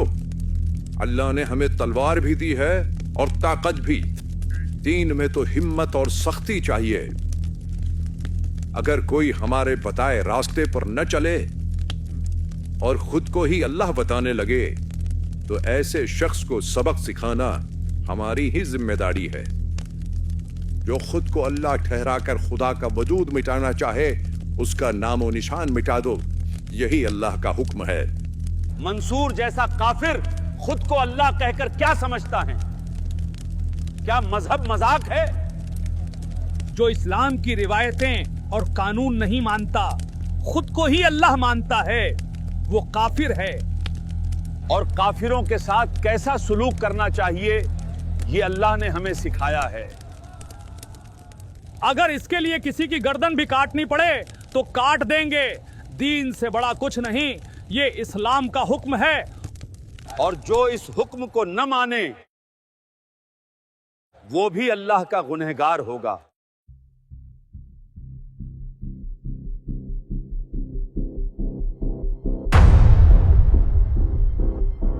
हुजूर, बाहर अवाम का एक बड़ा हुजूम इकट्ठा हो गया है।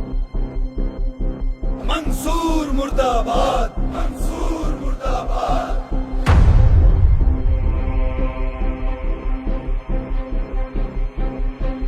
मंसूर मुर्दाबाद, मंसूर मुर्दाबाद। अल्लाह की तौहीन नहीं सहेंगे, नहीं सहेंगे, नहीं सहेंगे।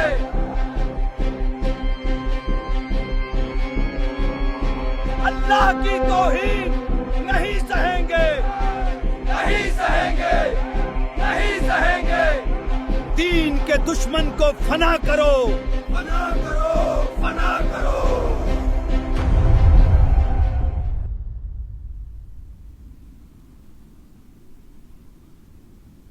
जहां पनाह मंसूर काफिर हो गया है। खुदा को इंसान जैसा बताता है और कहता है अल्लाह खुद जमीन पर आता है। इतना ही नहीं, इसने खुद को अल्लाह कहने की जुर्रत की है।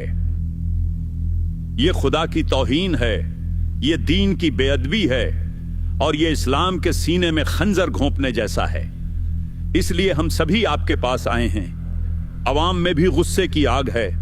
हम अल्लाह की बेअदबी बर्दाश्त नहीं करेंगे। मंसूर को सजा दी जाए या उसका अनल हक कहना बंद कराया जाए।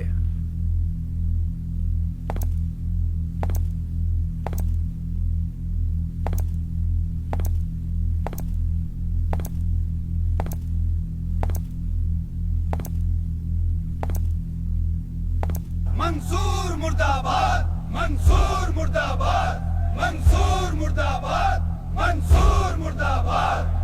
मंसूर, इन सब का कहना है कि तुमने दीन की तौहीन की है, तुमने कुफ्र किया है। तुम अनल हक कहते हो, खुद को खुदा बताते हो। क्या तुम अल्लाह के वजूद को अपनी जुबान से कमजोर करना चाहते हो? बाबा, मुझे उसके सिवा और कुछ नहीं दिखता। जहां देखो वहां बस उसी का नूर दिखाई देता है। जिस्म में, रूह में, मेरे दिल में, हर धड़कन में, रग रग में वो समाया है। वो है तो सब है, वरना कुछ भी नहीं, कहीं भी कुछ भी नहीं। तुम्हारा दिमाग तो ठीक है? ये क्या पागलों जैसी बातें कर रहे हो? मंसूर, तुम होश में तो हो?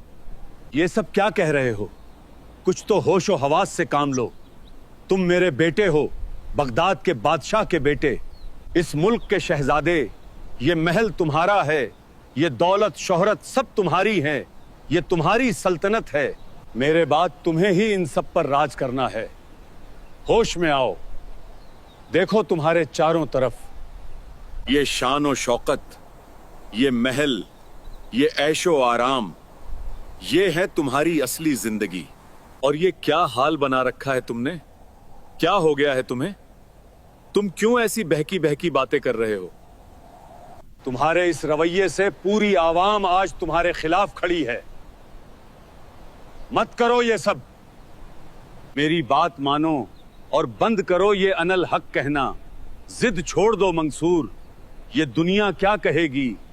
जो तुम कह रहे हो इसका अंजाम जानते हो? अगर अब तुमने अनल हक कहना नहीं छोड़ा तो तुम्हारा क्या हस्र होगा? मुझे फर्क नहीं पड़ता बाबा दुनिया क्या कहेगी। जिसे जो कहना है कहें, जिसे जो करना है करे। मेरी जिंदगी में अब उसके सिवा और कुछ है ही नहीं, कुछ भी नहीं। उसके सिवा मुझे कुछ अच्छा नहीं लगता। ना ये राजपाट, ना ये घर, ये महल, ना ये शान और शौकत, ना ये कुल परिवार, मेरा कुछ नहीं है सिवाय उसके। सिर्फ वो मेरा है और मैं उसका। मेरा आदि भी वही है, मेरा अंत भी वही है। मेरी दिन रात सुबह शाम सब वही है और कुछ नहीं है मेरा। ना जिस्म मेरा है, ना सांस मेरी है, जो कुछ भी है सब उसी का तो है। बस एक ही नाम है हर तरफ जो उसने मुझे दिया है,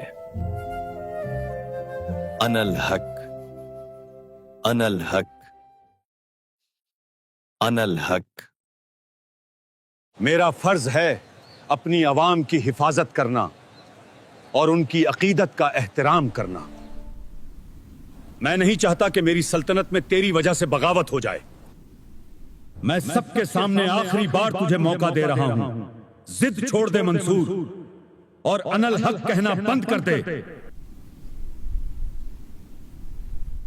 अनल हक, अनल हक, अनल हक। बादशाह, अब जनता खुद फैसला करें कि मंसूर को क्या सजा दी जाए। मंसूर को चौराहे पर बांध कर रखा जाए। शहर का हर बाशिंदा एक एक पत्थर उठाए, ऐसा पत्थर जो कम से कम आधा किलो वजन का हो। मंसूर को मारे। और जब जब इस मुनकिर की जुबान से अनल हक निकले, इसे कहें छोड़ दे काफिर की जुबान, तौबा कर ले अपने गुनाहों से। यदि मंसूर फिर भी अनल हक कहे तो पत्थर मारें और आगे चले जाए। जब तक ये अपनी नापाक जिद नहीं छोड़ेगा यह सिलसिला जारी रहेगा। तंग आकर मंसूर अनल हक कहना छोड़ देगा।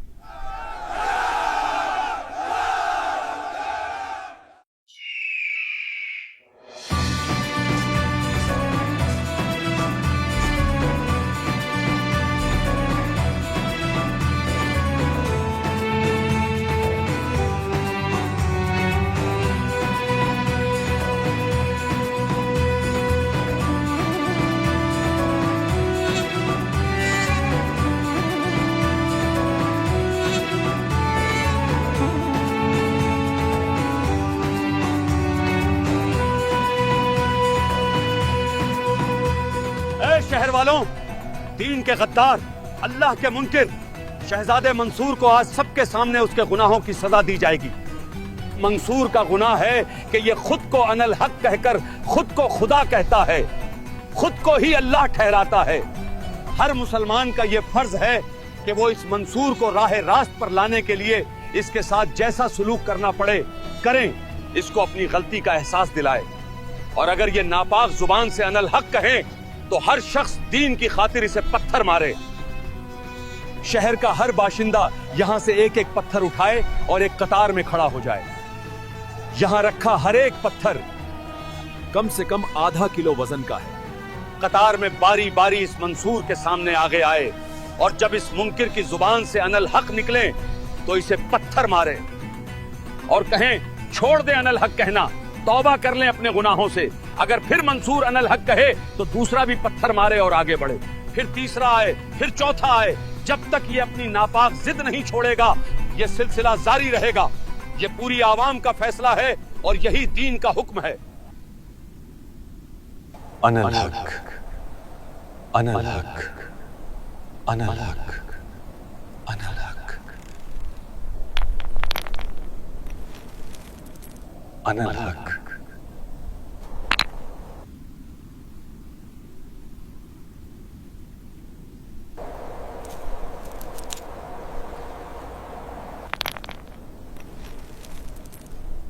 अगर मैं भाई को प्रताड़ित करने वाली इस भीड़ का हिस्सा न बनी तो लोग क्या कहेंगे, लेकिन मेरा भाई भगत है, अल्लाह की सच्ची इबादत करता है।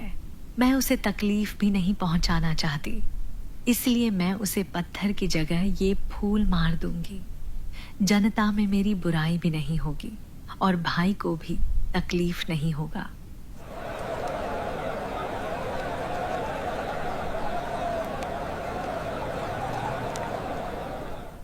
अब जब तेरी चीखें बगदाद की गलियों में गूंजेंगी,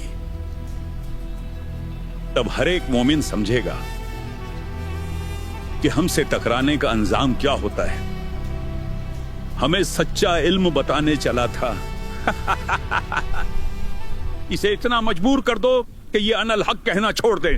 या तो यह खुद तौबा करे या इसकी जिद ही इसकी मौत का सबब बन जाए। हमारा दीन हर हाल में बुलंद होगा। शुरू करो। अनल हक। मंसूर, छोड़ दें ये काफिर भाषा, बंद कर दे ये अनल हक कहना, वरना पत्थर लगेगा। अनल हक।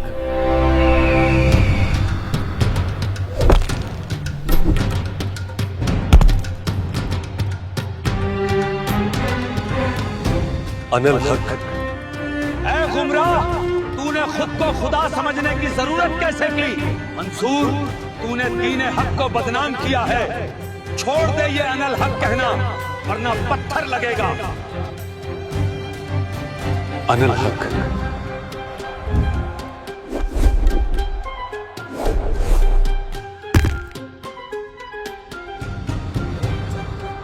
अनल हक। अनल हक। काफिर, छोड़ दे अनल हक। तेरी ये जुबान गलत है। तू खुदा का नाम अपने साथ कैसे जोड़ सकता है? अनल हक। अनल हक।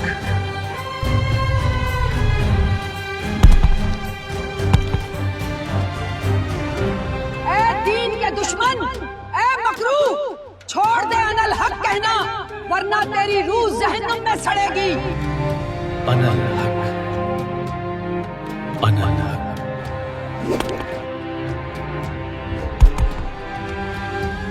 अनल हक। अरे मेरे शहजादे, आपने जो कहा वो कर दिखाया। आपने तो हमारी सारी मुसीबतें दूर कर दी। आपने हमारी खोई हुई उम्मीद लौटा दी है। कुएं भी भर गए हैं, तालाब में भी साफ पानी आ गया है। अब कोई भी प्यासा नहीं सोता। अल्लाह आपको सलामत रखे। मंसूर, छोड़ दे अनल हक कहना। तू एक जाहिल है, तेरा ईमान भ्रष्ट है। तेरी हिम्मत भी कैसे हुई खुद को अल्लाह कहने की? अनल हक। अनल हक।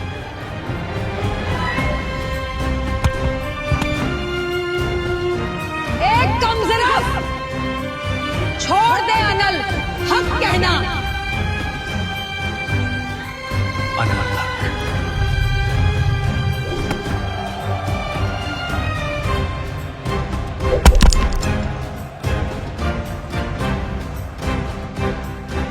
अनल हक।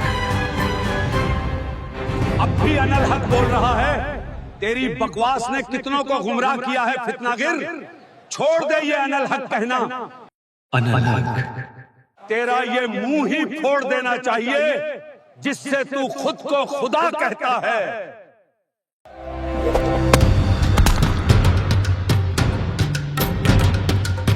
अनल हक। अनल हक। अनल हक। देख काफिर, क्या हस्र हो गया तेरा। अब भी वक्त है, छोड़ दे अनल हक कहना और तौबा कर ले अपने गुनाहों से। अनल हक।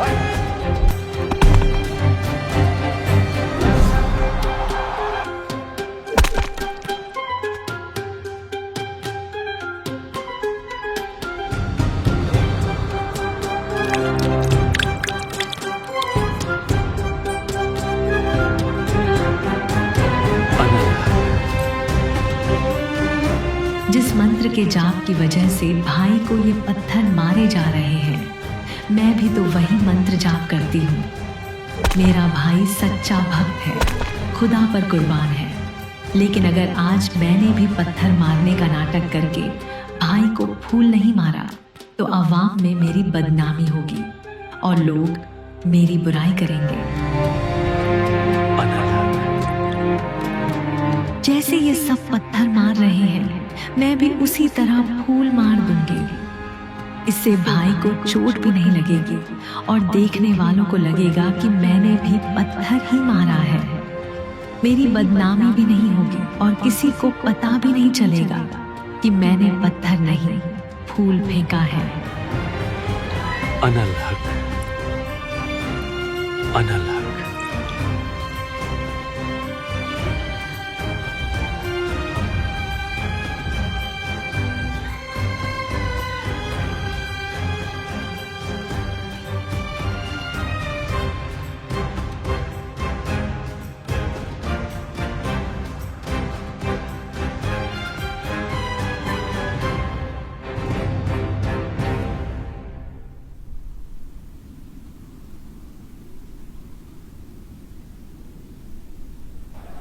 बहन, बोल अनल हक।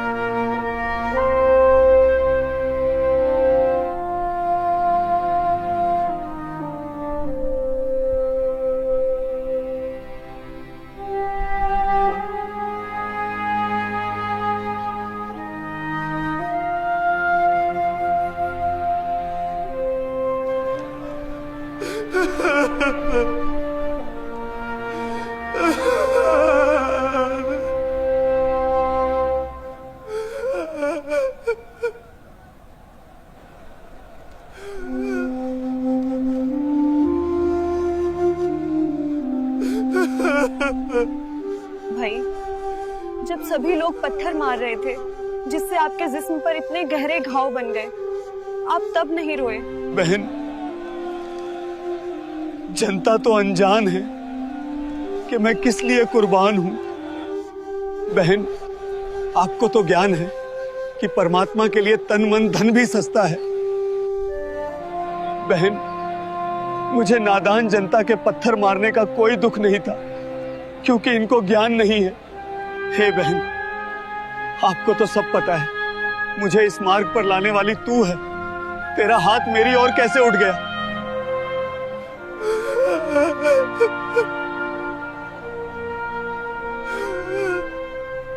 भीड़ के पत्थरों को तो आप हंसकर सह गए, और मैंने तो फूल मारा है जिसका कोई दर्द भी नहीं होता, और आप बुरी तरह रोने लगे।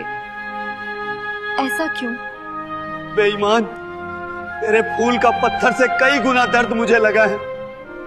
तुझे मुर्शिद कभी माफ नहीं करेंगे, कभी नहीं।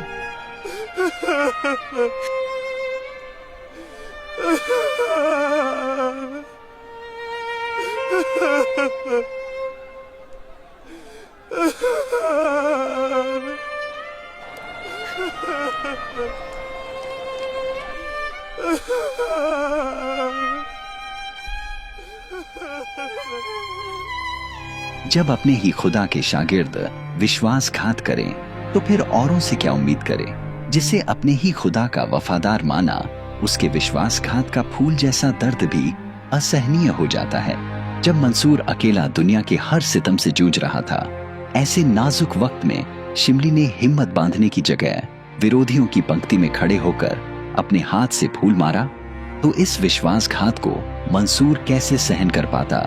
हर इंतहाई दर्द को हंसकर सहने वाले मंसूर पर शिमली का फेंका हुआ एक फूल सबसे गहरा वार कर गया।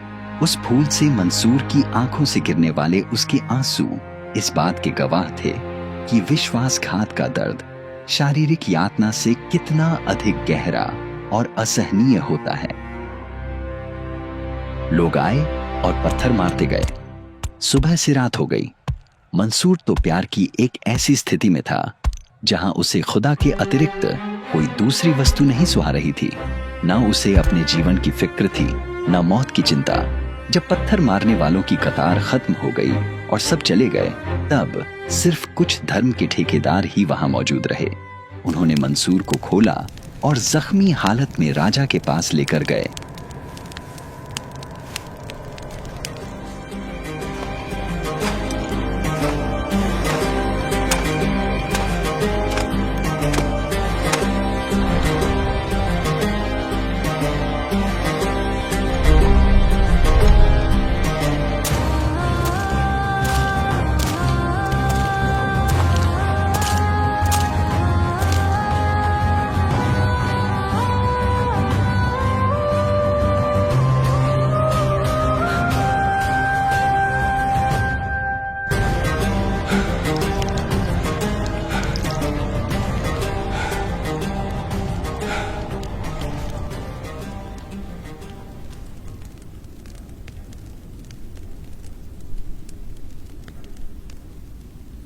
बादशाह, धर्म ऊपर राज नहीं, परिवार नहीं है। मंसूर अनल हक कहना नहीं छोड़ रहा है। इससे कहा जाए कि या तो अनल हक कहना त्याग दे, नहीं तो तेरे हाथ, गर्दन, पैर सब टुकड़े टुकड़े कर दिए जाएंगे।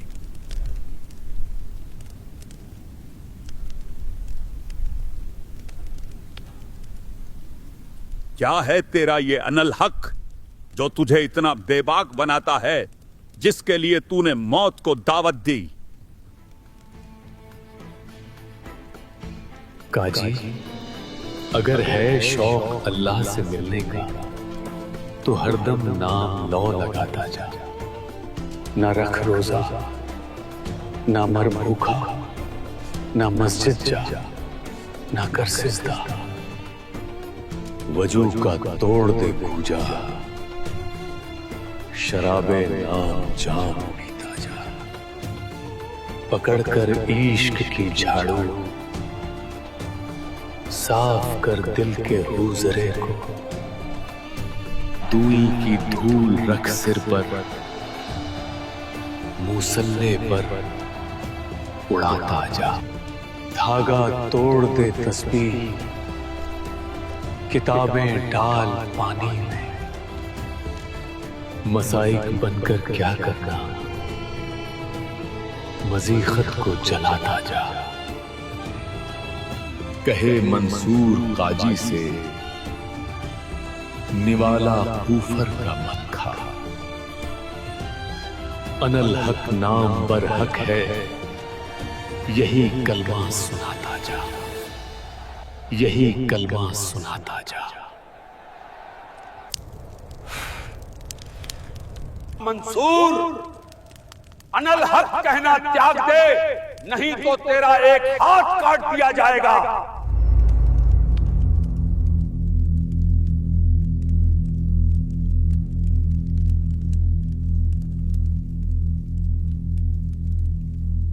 अनल हक, अनल हक, अनल हक, अनल हक,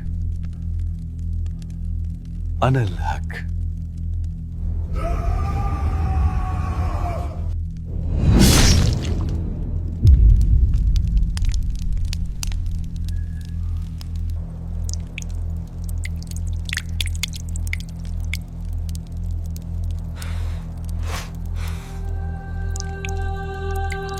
अनल हक कहना छोड़ दे मंसूर, नहीं तो दूसरा हाथ भी काट दिया जाएगा।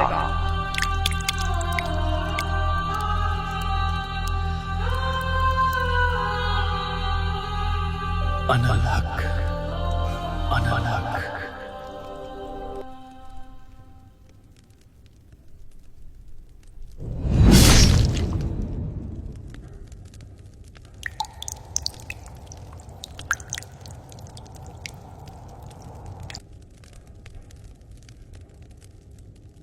बस अगर अब की बार अनल हक कहा तो तेरी गर्दन काट दी जाएगी।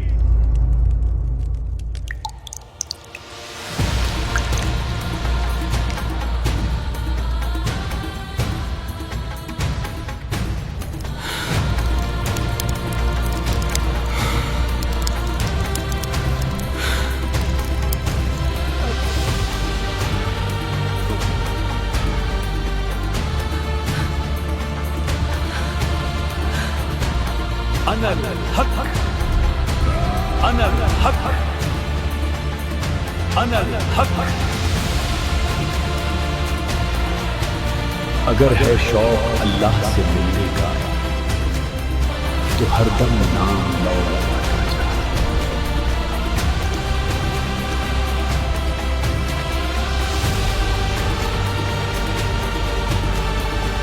मैं मंसूर हूँ, लेकिन सबसे पहले इस शहर का फर्ज आप सबकी खिदमत में है। मेरी जिम्मेदारी भी है और फर्ज है।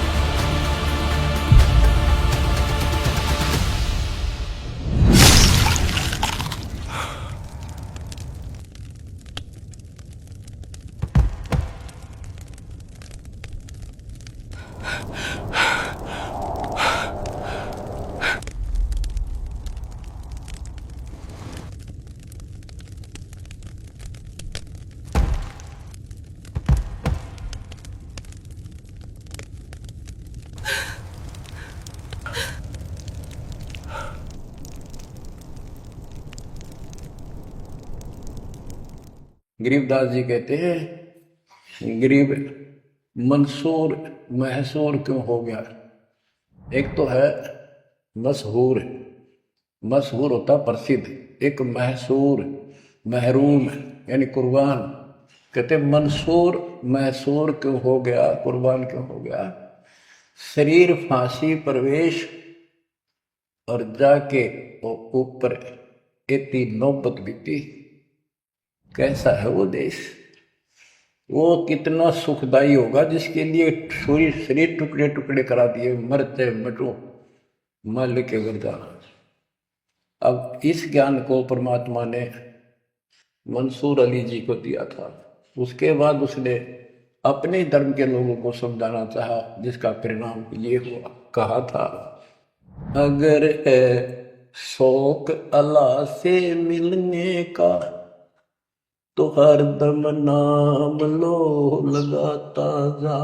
अगर है शौक अल्लाह से मिलने का तो हर दम नाम लो लगाता जा। न रख रोजा न मर भूखा, न मस्जिद जा ना कर सजदा। न रख रोजा न मर भूखा, न मस्जिद जा न कर सजदा। वजू का तोड़ देखो जा, शराबे नाम पीता जा। वजू का तोड़ देखो जा, शराबे नाम पीता जा।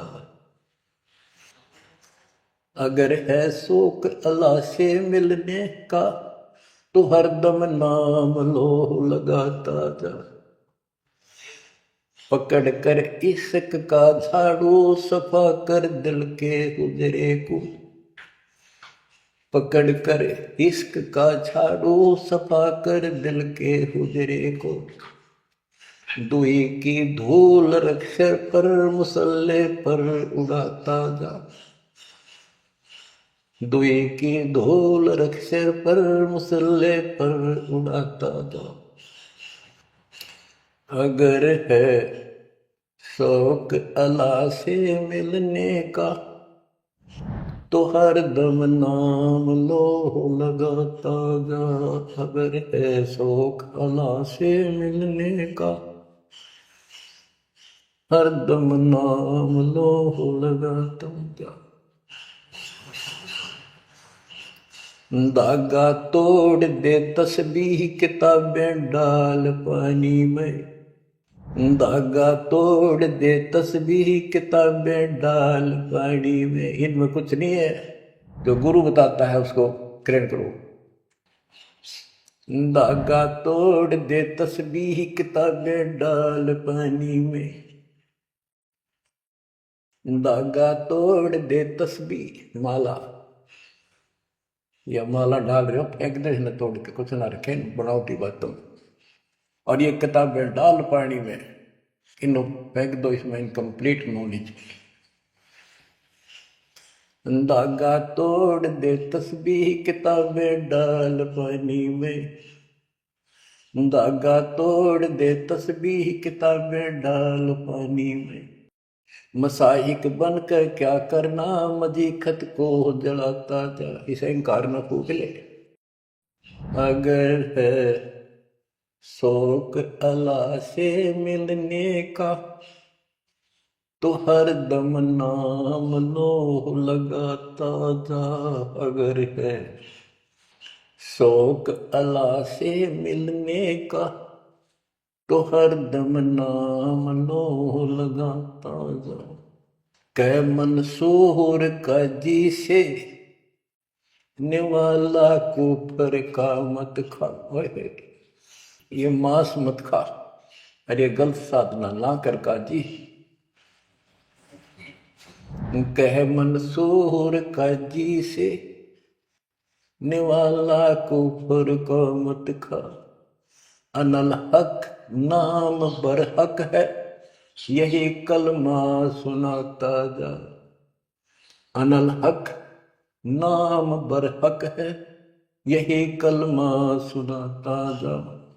और बच्चों, जिस भी संत को कुछ प्राप्त हुआ, उसने सामाजिक परंपरागत जो अधूरी साधनाएं थी उनको त्यागना पड़ा, और काल से प्रेरित उसी के धर्म मजहब के जाति के लोगों ने उसको कठिन यातनाएं दी, परेशानियां पैदा की। क्योंकि ये काल प्रेरणा है, काल का जुगाड़ है। पहले कोई धर्म नहीं था, अब 2000 वर्ष से इधर इधर ये 3-4 धर्म बढ़ गए और बन गए।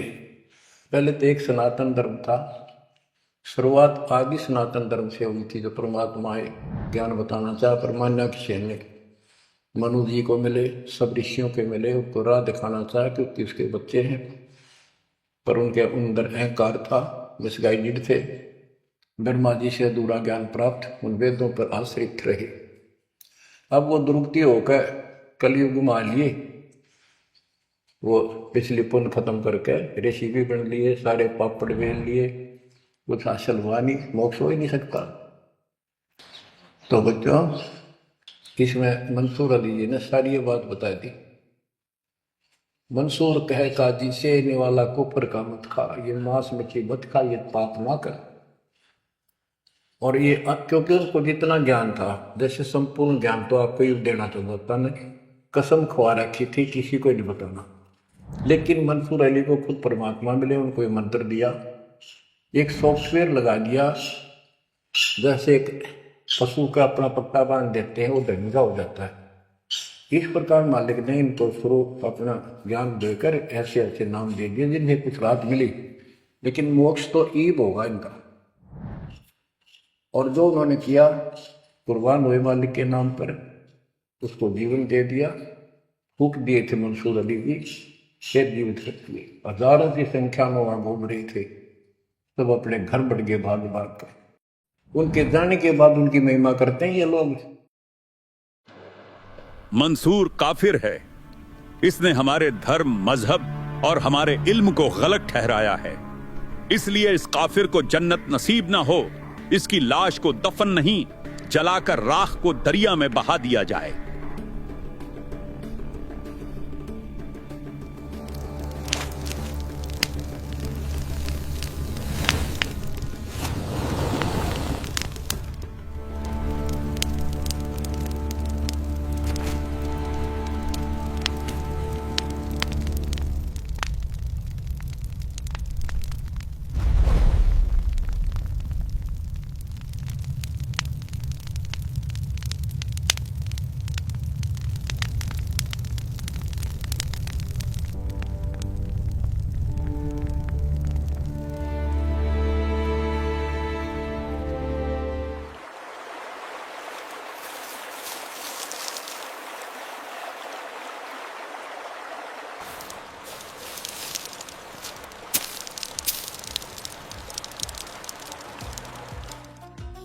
मंसूर की उस राख से भी अनल हक शब्द निकल रहे थे।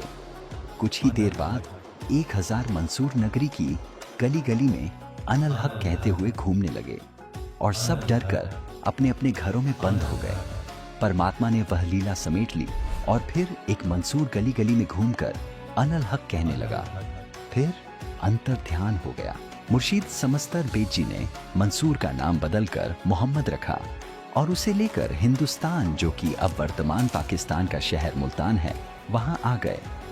वहां अच्छी आत्माएं उनके अनुयायी बन गए, परंतु इस्लाम के विरुद्ध भक्ति क्रिया होने के कारण वहां के व्यक्तियों ने घोर विरोध करना शुरू कर दिया। जो अनुयायी बने थे उनका भी आश्रम में जाना बंद कर दिया।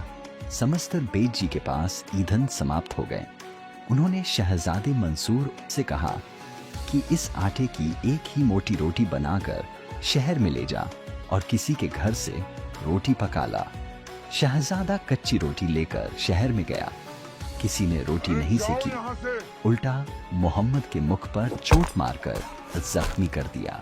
बिना रोटी पकाए शागिर्द वापस आया और सदगुरु जी को बताया, लोगों ने मेरा ये हाल कर दिया, रोटी भी नहीं सेकी। तब समस्तर बेग जी ने रोटी को हाथ पर रखकर सूरज की ओर मुख करके कहा, ए सूरज, यहाँ आकर मेरी बाटी सेक। उसी समय सतगुरु जी के हुक्म से सूरज जमीन के करीब आने लगा और गर्मी इतनी बढ़ गई कि मुल्तान शहर जलती भट्टी में तब्दील होने लगा। हर तरफ जलती आग जैसी गर्मी की लपटें उठने लगी और देखते ही देखते पूरा मुल्तान शहर तेज तापमान से धधकने लगे। सभी बिना मरे भी मौत से बदतर पीड़ा भोग रहे थे। जमीन इतनी गर्म हो गई कि अंगारों की तरह तप रही थी। उस पर कदम भी नहीं टिक रहे थे। गर्मी से तप रहे लोगों की हर तरफ अफरा तफरी मच गई। उनकी आंखें बुरी तरह जल रही थी और हर सांस के साथ फेफड़े झुलस रहे थे। ऐसा लग रहा था कि शरीर के अंदर का खून खौल रहा है और सब कुछ जल रहा है। सभी सूरज की तेज गर्मी की जलन से बहुत बुरी तरह तड़प रहे थे। पूरे मुल्तान शहर ऐसे खौफनाक मंजर में तब्दील हो गया जहां मौत राहत थी, लेकिन जिंदगी एक असहनीय यातना जिसे सहना नामुमकिन हो गया था। कुछ समझदार लोग सतगुरु की खिदमत में पेश हुए और माफी मांगी। कहा कि कुछ नादान लोगों के कर्म की सजा पूरे मुल्तान को मत दीजिए। सतगुरु ने कहा कि ये लोग नादान नहीं, दुष्ट हैं। इन्होंने आग जैसी सस्ती वस्तु भी संतों को देने से मना कर दिया। इस बच्चे का मुंह फोड़ दिया। करबद्ध खड़े लोगों ने कहा कि ये आपकी शक्ति से वाकिफ नहीं है, खुदा के लिए इन्हें माफ कर दो। ये सुनकर सतगुरु शमस्त्रबेज ने कहा कि तुम खुदा को बीच में ले आए हो तो माफ कर देता हूं। सूरज की ओर नजर करके कहा, इतनी गर्मी कम कर दे। पता नहीं ये लोग दोज़ख की आग कैसे सहन करेंगे।